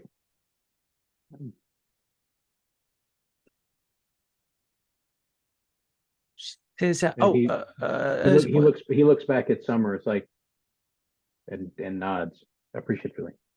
Rosemary will say, "Oh, Summer, why don't you come with me? I want to grab a coffee. We'll be right back. Do you want anything?" Oh yes, a large latte, please. And she'll walk kind of to have a little bit of a conversation with you, Summer. Wow. Yeah. I mean, he's really good looking, but wow. Yeah. He is a little rough around the edges. That is a way to put it. Okay, well. Oh, should I be discouraging this? Was this not what you wanted? No. I can work with this. He seems pretty flexible. Like he's a fixer-upper. Good way of putting it. Yeah. And you do like to tinker. I do like to tinker, and I do like a challenge. Well, I appreciate this. But seriously, don't tell anybody, because that's one of our battle phones. I'm not supposed to be giving I those was out. wondering about that. Okay. Yeah. So yeah, don't tell anybody. Okay. Sure. A songbird would be really, really kind of pissed if he knew. But I made the phone, so like he doesn't really get to say. Not really. Exactly. And I think So yeah. Yes. do you want me to get lost?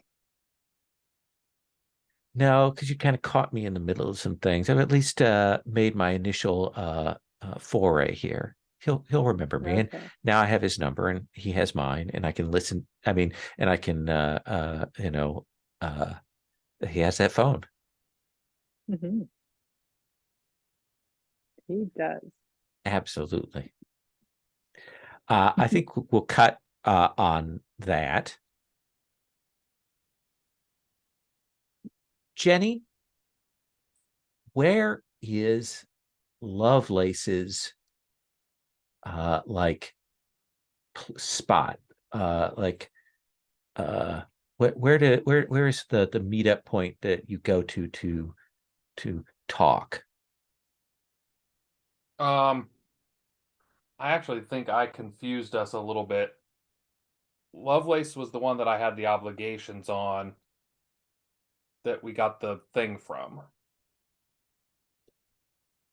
But it doesn't probably really matter, because Magpie's the one that has, like, knows about alien tech and different things like that. Oh, okay. Yeah, it's probably misspoke and got him right. confused. No, There's a lot of NPCs. Okay.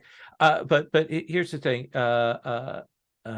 we will kind of like Lovelace is also somebody you can go and talk to. She helped you out before getting to base. So where are you meeting up with them?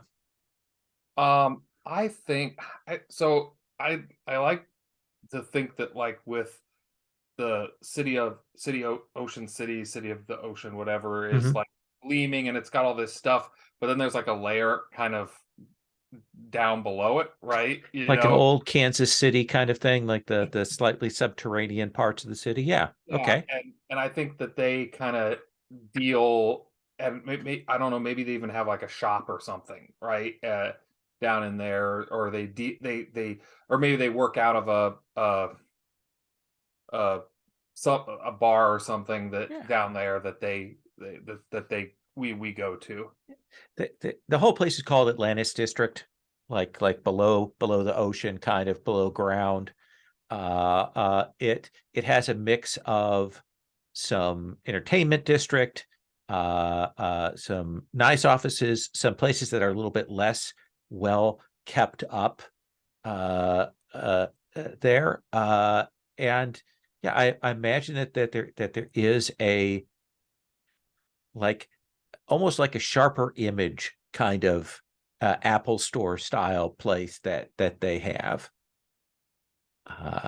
And you've texted ahead, I assume to tell them that you're showing up. And they'll smile when they see you, and maybe like smile will kind of curve down a little when they see that you've brought Ephivos with you. Don't worry about it. He's cool. He's cool. Just mouth pressed in a thin line. Ah, it is good to see you, Jenny. How is your workshop working out for you? It's all good. It's all good. Hey, but I need some help. I found something, and I was hoping you might be able to. I was hoping you might be able to help me figure out what it is or where it came from. And so she'll pull the that medallion out and kind of, you know, um, lay it out, for her. Have you seen something like this before? Let's go in the back. Uh, you said he's cool, He's cool. and he'll turn to you. She'll turn to you to go, what's your name, young man? And I think before he speaks, he looks to like Jenny for permission almost. This is Xander. Nice to meet you, Xander. I'm Lovelace. Let me just shut the door and lock that.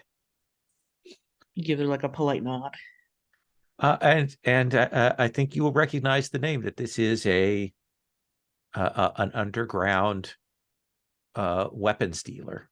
And when she turns around to lock the door, Jenny just gets a like a what the fuck kind of look. Like he doesn't say anything, but there's like some slight gesticulating hands. Like, Yeah, and all she gets back is like it's just thumbs up.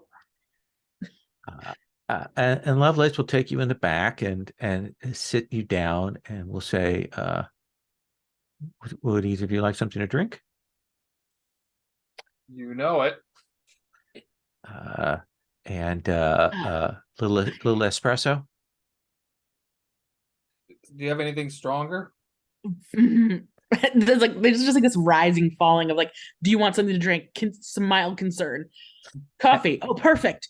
Something stronger. Oh God. Like just his face like it's a 3-act play. And Lovelace will say, it's a little early for you in a couple of ways, Jenny. Suit yourself. An espresso would be lovely, thank you. And she'll pull those for you and then sit down, and she'll say, this is very badly made, but I can see the pieces and the parts here are fairly high quality. So I suspect what's going on is you've got somebody who sort of knows what they're doing, who has found a cache of materials. There were some magicians and sorcerers and occultists operating here in City of Ocean that vanished. You know, those kinds of places, those kinds of sanctums tend to be protected in very sophisticated ways. Or in the case of the death of their owner, they get zotched away to the astral plane, the usual kind of thing. But I have heard that there have been some things moving on the network. People selling some higher end materials. So they might be the person who made this. You got a name? I do have a name.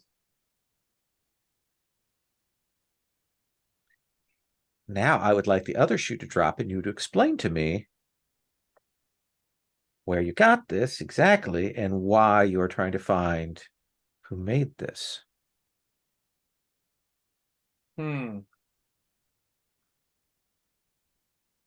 Well, so I think she'll spill. I think she'll tell her that we happen to be, but she'll like, well, I happen to be at a club, the whatever it was, concert. I can't remember what the name of the uh and these guys came in wearing them, and um some stuff went down like that. You know how it is. And I got my hands on one of them before I split. So um now I'm just trying to figure out, you know, what the deal is. It's part of my workshop. So are you like working a little bit of meta reclamation? Is that what you're doing? A little archiving, a little archaeology? Sure. Yeah. That's what it is. Just I'm trying to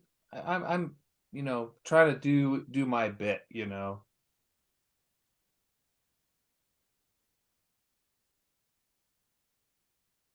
That is very dangerous. Parasalvage, meta reclamation, base rating, that is super dangerous. And I don't, quite frankly, think you're up to it. And she is trying to shift your labels. She wants to shift your danger down and your mundane up.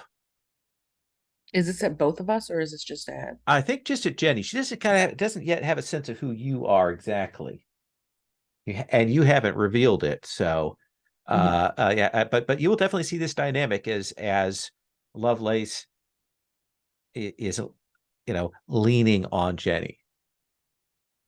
So, Jenny, you have a couple choices. When somebody tries to shift your shift your labels, you can try to resist that if you want. If you reject someone's influence, you're going to roll, and you roll flat. On a hit, you successfully hold yourself. But you could also accept what they're saying and shift those labels.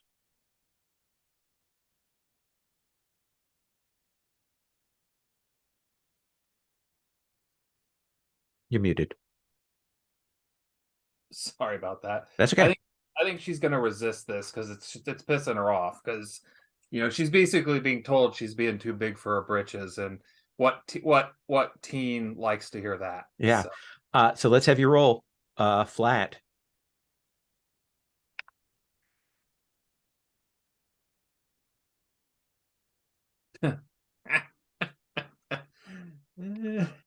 Oh, six. can I use a team and help in this situation? Yeah, absolutely. I You have think- to. Yeah, I think that Ephivos leans in and smiles, and says, "Jenny has shown me time and time again that she is capable, strong, and when she puts her mind to it, she can accomplish great heroic feats." Kind of looks at you.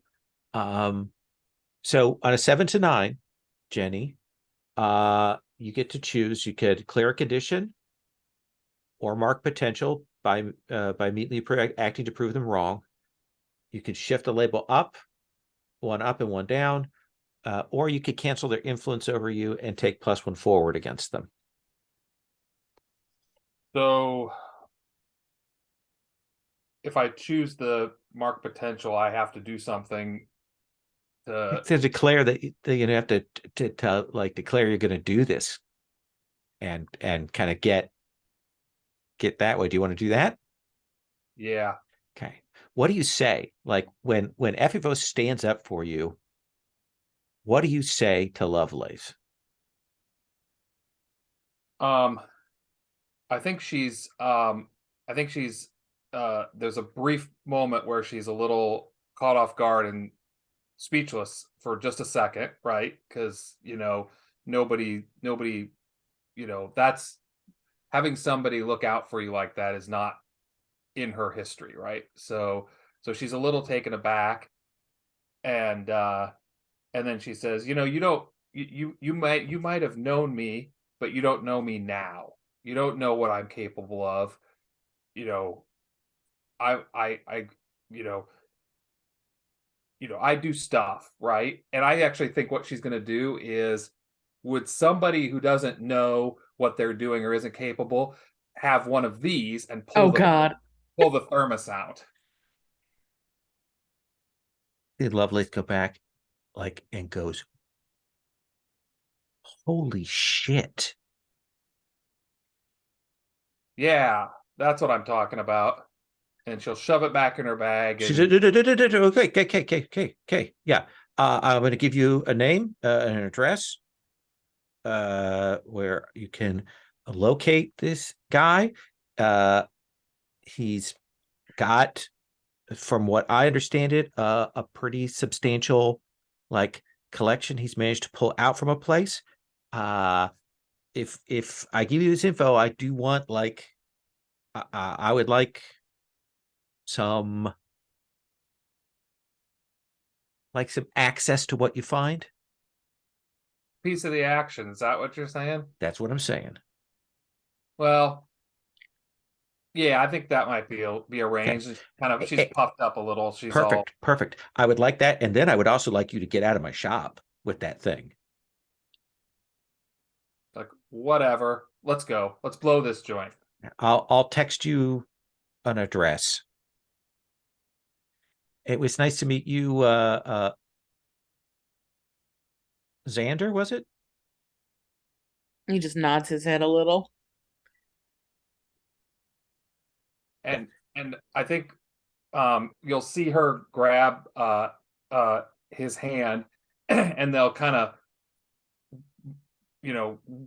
hustle, she'll push him out, but go get out into the street, and she'll kind of run walk about a block, and then shift into just a little alleyway and just start laughing as if that was awesome.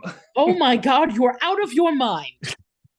That is a villainous weapons dealer whose hustle you dragged me into unknowingly, where you flailed about a weapon that terrifies her, that God only knows what it is. And what are you even planning on doing with that?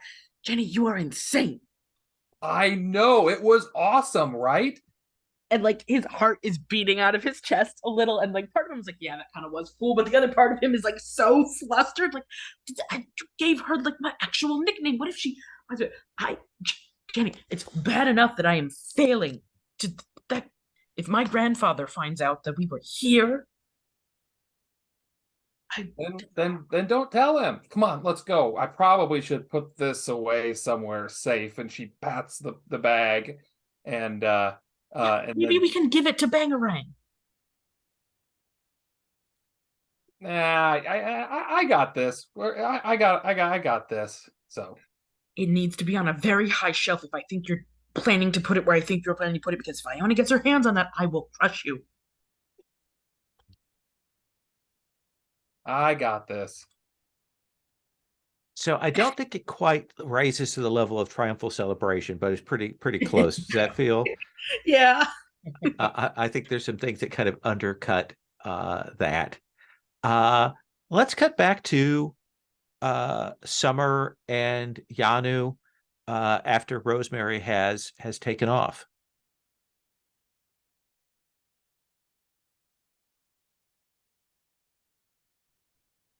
I'll admit here, I don't have a terribly good idea of where to take the scene.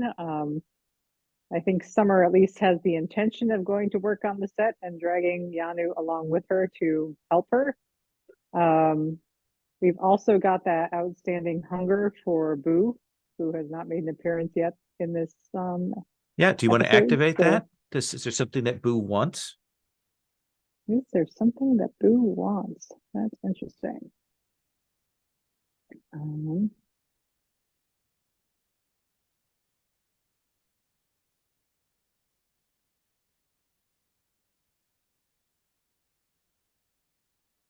Yeah. I think Boo wants us to go somewhere and do something. So it is objecting to the course of action of going and finishing sets. Yeah. You start to head there and you will feel that tug, that pull, that Boo is like, no, don't go there. Boo, what's going on? Don't go there. Why? Is something happening at school? Stay. Don't go to school. Not now.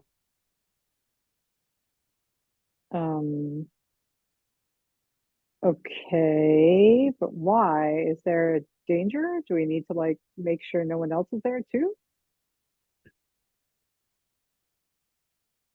I don't know. Can't Have say. phone. Have phone. We'll call in bomb threat. I don't know. Can't say. Don't know.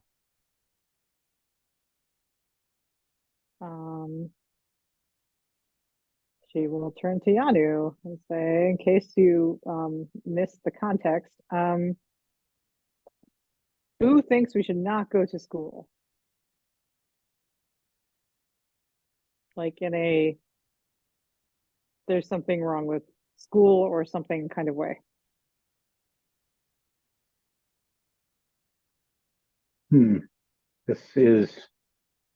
That is troublesome. Is something dangerous going to happen at school? Should we warn them? That's what I was asking. And he doesn't know, or says he doesn't know. Or they say they don't know. I don't actually know. Their pronouns have been fuzzy. Okay. If it's dangerous, then we should warn them. We should warn someone at the school. Yeah, that's where I'm at too. But is that what Boo is saying? I will confess, I occasionally get glimpses of your ghost companion, but I can never understand them. Yeah, I mean, Hearing them talk doesn't always help either. Okay, do you care what we do instead, Boo, or just don't go to school? No school. No school. Can Yanu go to school? No. No, Yanu cannot go to school. Okay. Can my chemistry partner go to school? I don't know.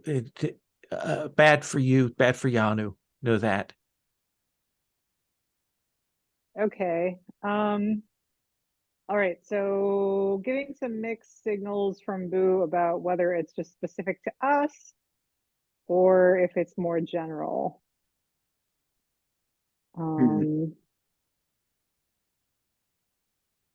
How close are we to the school? I remember saying we were like somewhere like in the general area. Yeah, you're just Yeah. a couple blocks away.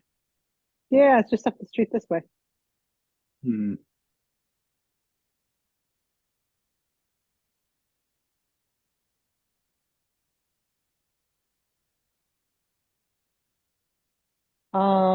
Summer will say on the group chat, hey, sorry to interrupt your date, but we're not sure, something might be going on at the high school.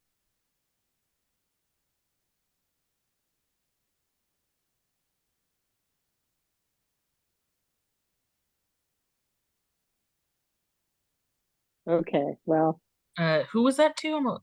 There's a group that chat. was on the group It chat was on the group on chat. the phone. Would you say Mhm. that this is after our meeting or before? Like, That makes sense. Yeah. okay, yeah. Which school? What is the threat? We're not sure. Boo is just saying that Yanu and I shouldn't go there.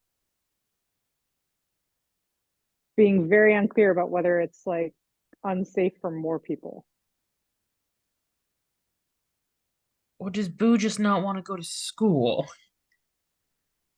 I don't feel like Boo has ever really cared about school one way or the other before.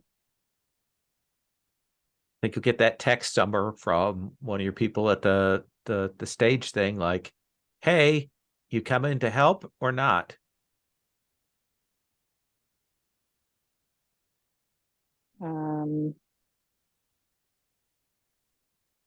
She will write back. She will not write back. Okay, In my like there's other experience, students there, I could like ask them. No one's running around screaming at least, because they're like asking me why I'm late to set build. in my experience, ignoring warnings from the spirit world is not good. But such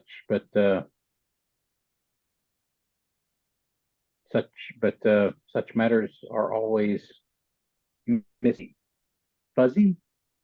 Yes, something like that. Jenny will pop into the text. Is it possible that somebody in the play could be a target of those what do we call them? You know, those The ghouls. yeah. And That's what Boo's- Yanu calls them. He doesn't have the context to call them Frankensteins.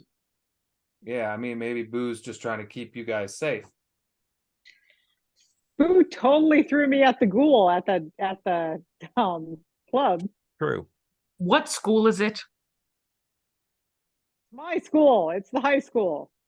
Okay, yes, but I go to high school. It's a different high school than you, I think. Question mark, question mark. We're not in the same high Because school, you right? go to private rich people school, like the actual high school. Okay. All right. I'm going to go there with Jenny. Okay, Boo, how do we feel about Jenny and Epivos going to school? Bad. Oh, okay. Boo thinks you should not go to school either. But like maybe you could like, do we have a way of like looking at it from a distance? Well, I've got superhuman senses. Oh yeah. So why don't I you like don't- climb something and just like look? Yeah, but I can just Oh, and observe help it me from climb afar. something and I will look because I can see paranormal things. All right. Can you also ask Boo how Boo feels about Bangarang going to the school? I'm not sure Boo knows who Bangarang is. Let's try that.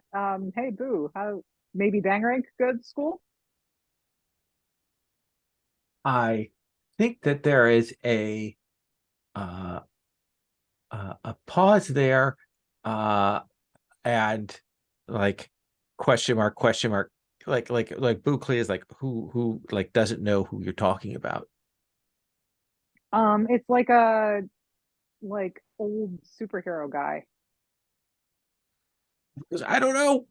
You can tell that Boo is actually now like starting to freak out. Oh, boo.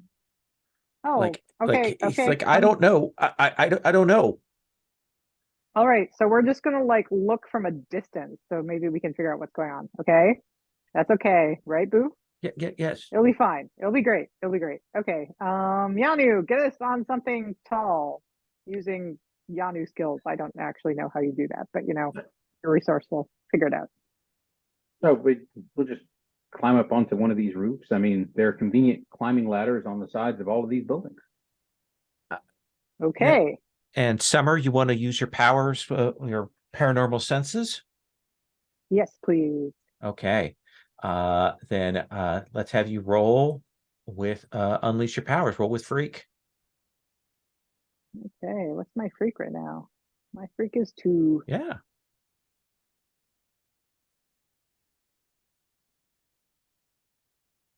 Why does this connection keep going down?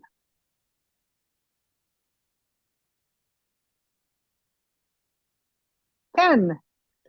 And I think that you will extend your senses. Your vision will go out. That kind of sending of your clairvoyance out there. I think you'll have the vision of the school. You'll see, it's after classes. There's some clubs going on. You will see people doing sports practice. You'll see kind of swing through the theater, and you'll see your friends working on doing some painting. And I think your vision will come out, and you will see the principal walking out the front, and there is a figure in a dark suit who's walking along and clearly having a conversation with the principal. But the thing is, you can't see this guy's face. There's just a blur where his face ought to be. And he's saying to the principal, well, I'll be back for another survey of your school population. The mayor is very interested in assessing the potential of all young people in all the schools in the city.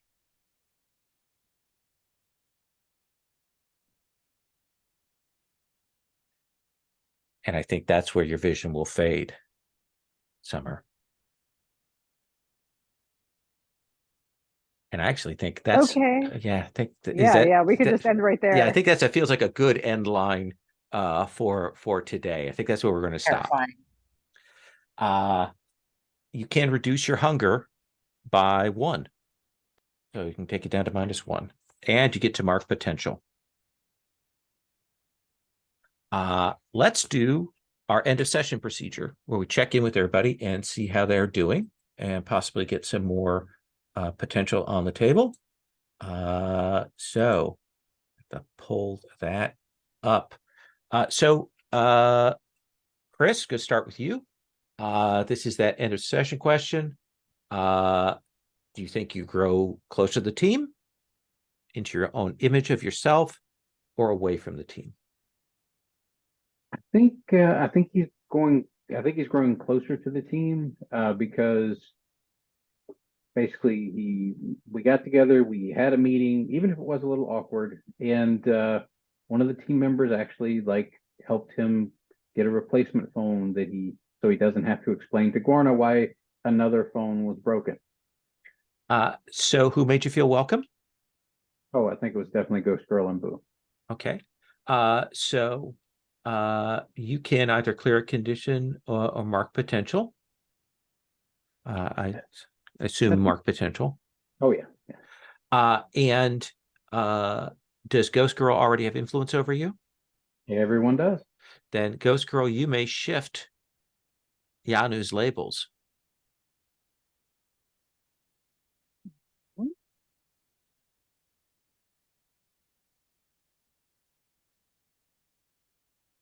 I think we had a relatively mundane day. So I think we're going to lower freak and raise mundane. That sounds very good. That's appropriate. Ghost Girl, did you grow close to the team, into your own image of yourself, or away from the team? Started out a little rocky, but I think she did eventually grow closer to the team. She had a nice outing with Yanu. Is Yano the person that made you feel welcome, you think? Um, yeah, I mean, he was willing to help me with stuff. Okay. And mostly be bossed around by me, and I kind of like that. So, yeah, I'll say it's Yanu. So Yano, you gain influence over Ghost Girl. And Ghost Girl, you can gain potential or clear a condition. Oh, let's clear a condition. Holy crow.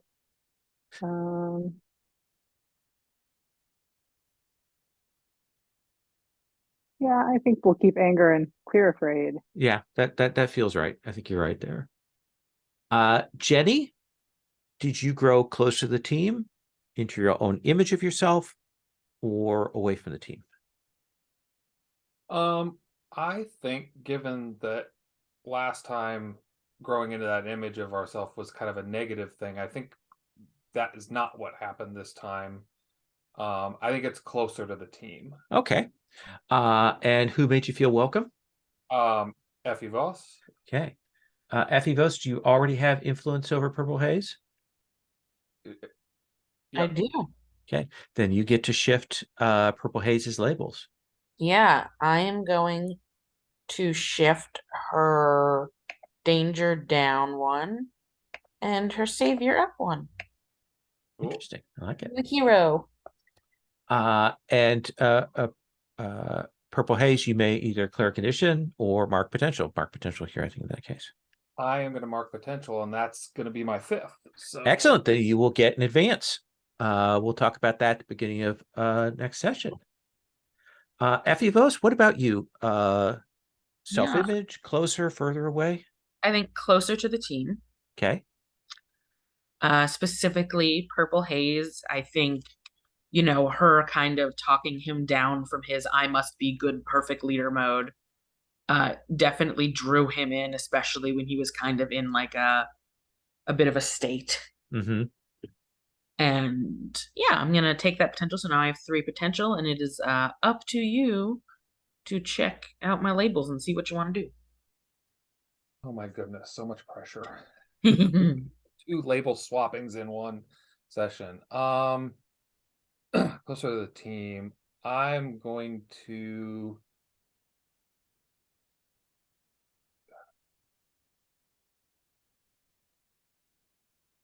and tell me if I'm reading the labels wrong, but I'm going to go danger up 1 and superior down 1 because they spent the day slumming. Is that a misread of the superior? I think that's a great read of it, but Summer, what do you, sorry, Effie Vos, what do you think? Yeah, no, I'm totally chill. Yeah, one of the things I like about the labels is there are a lot of ways to read them, and I think that's you're giving us that context, so I think that's perfect. Also, this is the last session of this month, so everybody may also mark an additional potential. Oh, that's so sweet. Thank you. And that session, I would like to do a quick stars and wishes. Stars being things that you dug, enjoy particularly, and then wishes certainly being things that you would like to see more of, or less of, or specific things you want to see. So, Chris, is it okay if I start with you? Sure. Stars, I really like the way the characters all interacted when we had our first like full team scene. That was really interesting. I love Epivos trying to take on that sort of hall monitor slash leader mode, and being so wonderfully awkward at it. That was a lot of fun. And I also enjoyed the sort of dynamic duo scenes that we had, especially the dynamic between Jenny and Alexandros. All those scenes were just absolutely like, straight out of every like teen dramedy ever. That was just great. And I appreciate the Rosemary and Summer dynamic. Like, I was not expecting there to be like friends across the rival teams. So I'm super cool with that vibe, and seeing how this plays out incredibly awkwardly for both Rosemary and Yanu. Anything wishes wise? Oh, more of the interaction scenes, and let's do another. Let's get in another super fight when we can. More interactions, another super fight. Okay. Ghost Girl. Yeah, this had a lot of really cool interactions. When Jenny and Xander went off, I was kind of like, Summer and Yanu, wonder what they have to say to each other. Turns out they had stuff to say to each other, so that was kind of cool. Yeah, I'm not sure if I have any particular wishes. I am kind of interested in continuing the plot and seeing where all these things, all these plot hooks you have so carefully laid end up going. But yeah, all the character interactions have been super fun. And just more of the same. It's all Okay. good. Yeah. One of the things we'll try and do is we'll see, we'll mix up the duos so we can get that mixed around. That brings us to Purple Haze. Cool. I am absolutely having a blast. I think everybody, just everybody's leaned in so well to the what do you call them, tropes or whatever, for I mean, it's just I'm really enjoying this a ton. And I would just say I mean, there were moments all throughout the star moments all throughout the session, but the one that stuck I just have to say in my head that I'm still just chuckling on the inside is when whoever said that Ephios was doing little written evaluations of everybody. I mean, that was pretty amazing. I was just like, I literally have the image in my mind of a little desk and sitting writing, pros and cons and those things. That was pretty awesome. And wishes, just I have none, just more. Okay. More whatever. Just sling it at us. I'll take it. This is a blast. So Awesome. And Ephivus. Yeah, absolutely. So many stars. One great start of Lowell for folding me in effortlessly after I had to miss the last session. Sometimes that can be a little tricksy, and I think you did that with great ease.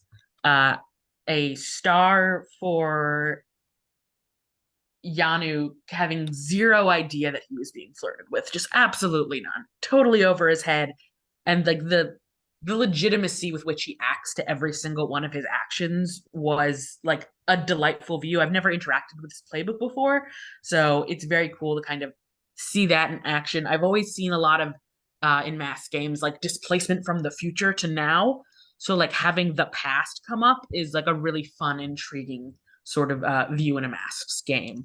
There is something so cool about Ghost Girl and Ghost Girl. Like, she's way too cool to be with us, and I love her, and I enjoy the absolute twists you took, Marley, with her relationship, with that highlighting what Chris already said. I think that's really fun. I also like the way she interacted with Boo. I was very curious to see how that sort of relationship kind of goes back and forth, and that was intriguing. And then Joe, yeah, absolutely. I love the dynamic between Ephivos and Purple Haze. I think it's kind of exactly what we were imagining upon character creation. He's a bit of a hard ass, overworks himself, overthinks, and she's like, slow your roll. And they both like challenge, but also it's got like this almost sort of slight sibling vibe, like, whoa, whoa, whoa, I can pick on them, but you sit down, whoa, whoa, whoa, she is a wonderful hero. Nah, nah, nah, kind of vibes happened there, and that was enjoyable.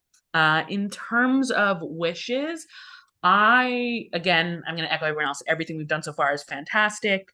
Definitely just want more. If I could pick a singular thing that I definitely would like to see, I would love to see like a team v team moment, and just have like all like the team members kind of in a face off with our rival team and our team, and what that looks like, and all the different relationships. Plus, it'd be very funny to watch like Summer have to like kind of face off against Rosemary, given the dynamic they have. So I'm curious how that works. Like, do we each go after our own rival, or do they go after someone else, or like things like that?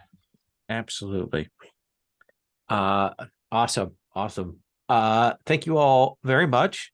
I enjoyed this. I love everybody's characters. Really enjoying the play, and I appreciate you all being willing to kind of, when we kind of leave a little bit of that open table, and you find your places, find your stories to go with. So it's a great group. I am going to stop the recording.